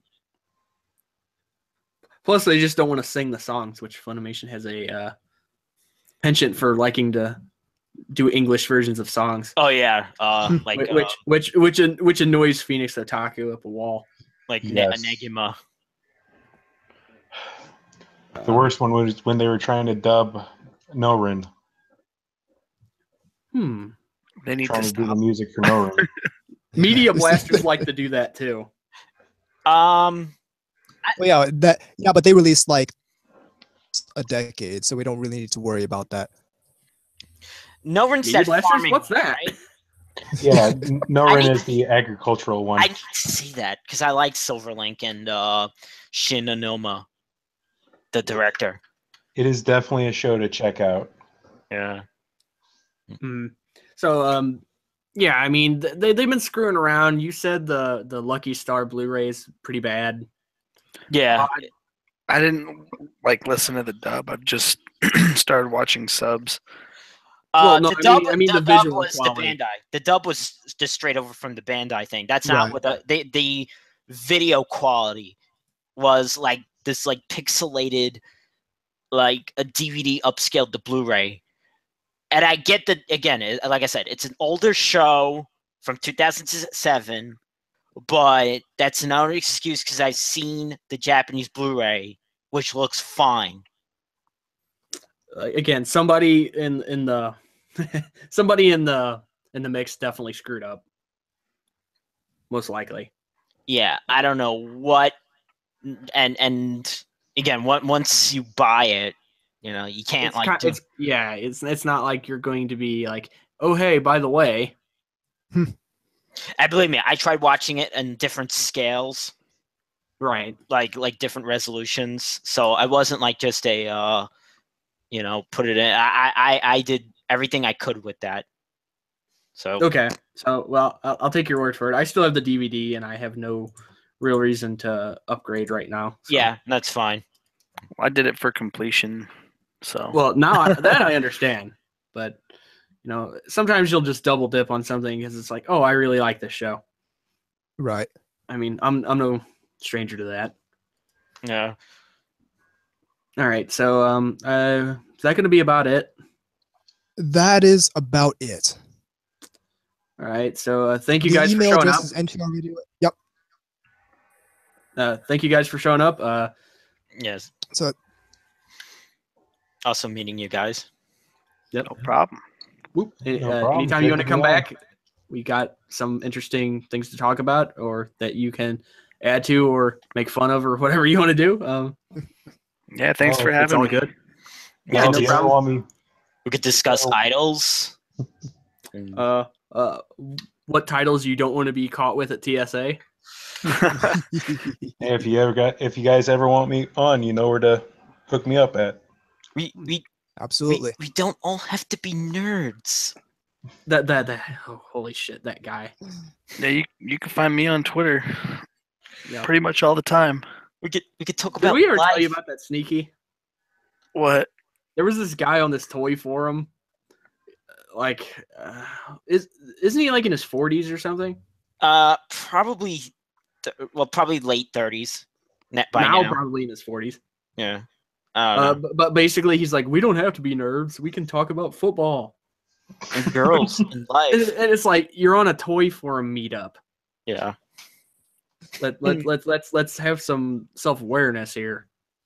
You guys were just talking about Legos and shit. Which I'm not knocking Legos. Actually, it was robot toys. Okay, so Japanese robot toys. I'm sorry. Japanese robot toys. That totally doesn't sound so much better. So it sounds so much better. Yeah. Okay, the email address is ntrradio@gmail.com. The website is ntrradio.net. Moy for your anime out. VZMK2 Moy Makagatai.wordpress.com for VZ stuff. Check out me on Twitter at TAnubis, KGoz on Twitter at classic_VZ on Twitter at VZMK2, the show on Twitter at NTR_radio. Sneaky, you on Twitter. At Sneaky175. And Phoenix, where can they find you on Twitter? You can find me on Twitter at Phoenix Otaku. I don't post too much, but if you ever want to talk, just hit me up. Outstanding. I'm KGods. And I'm VZ Mark II. And even though never too early for abuse every time we say this is NTR Radio.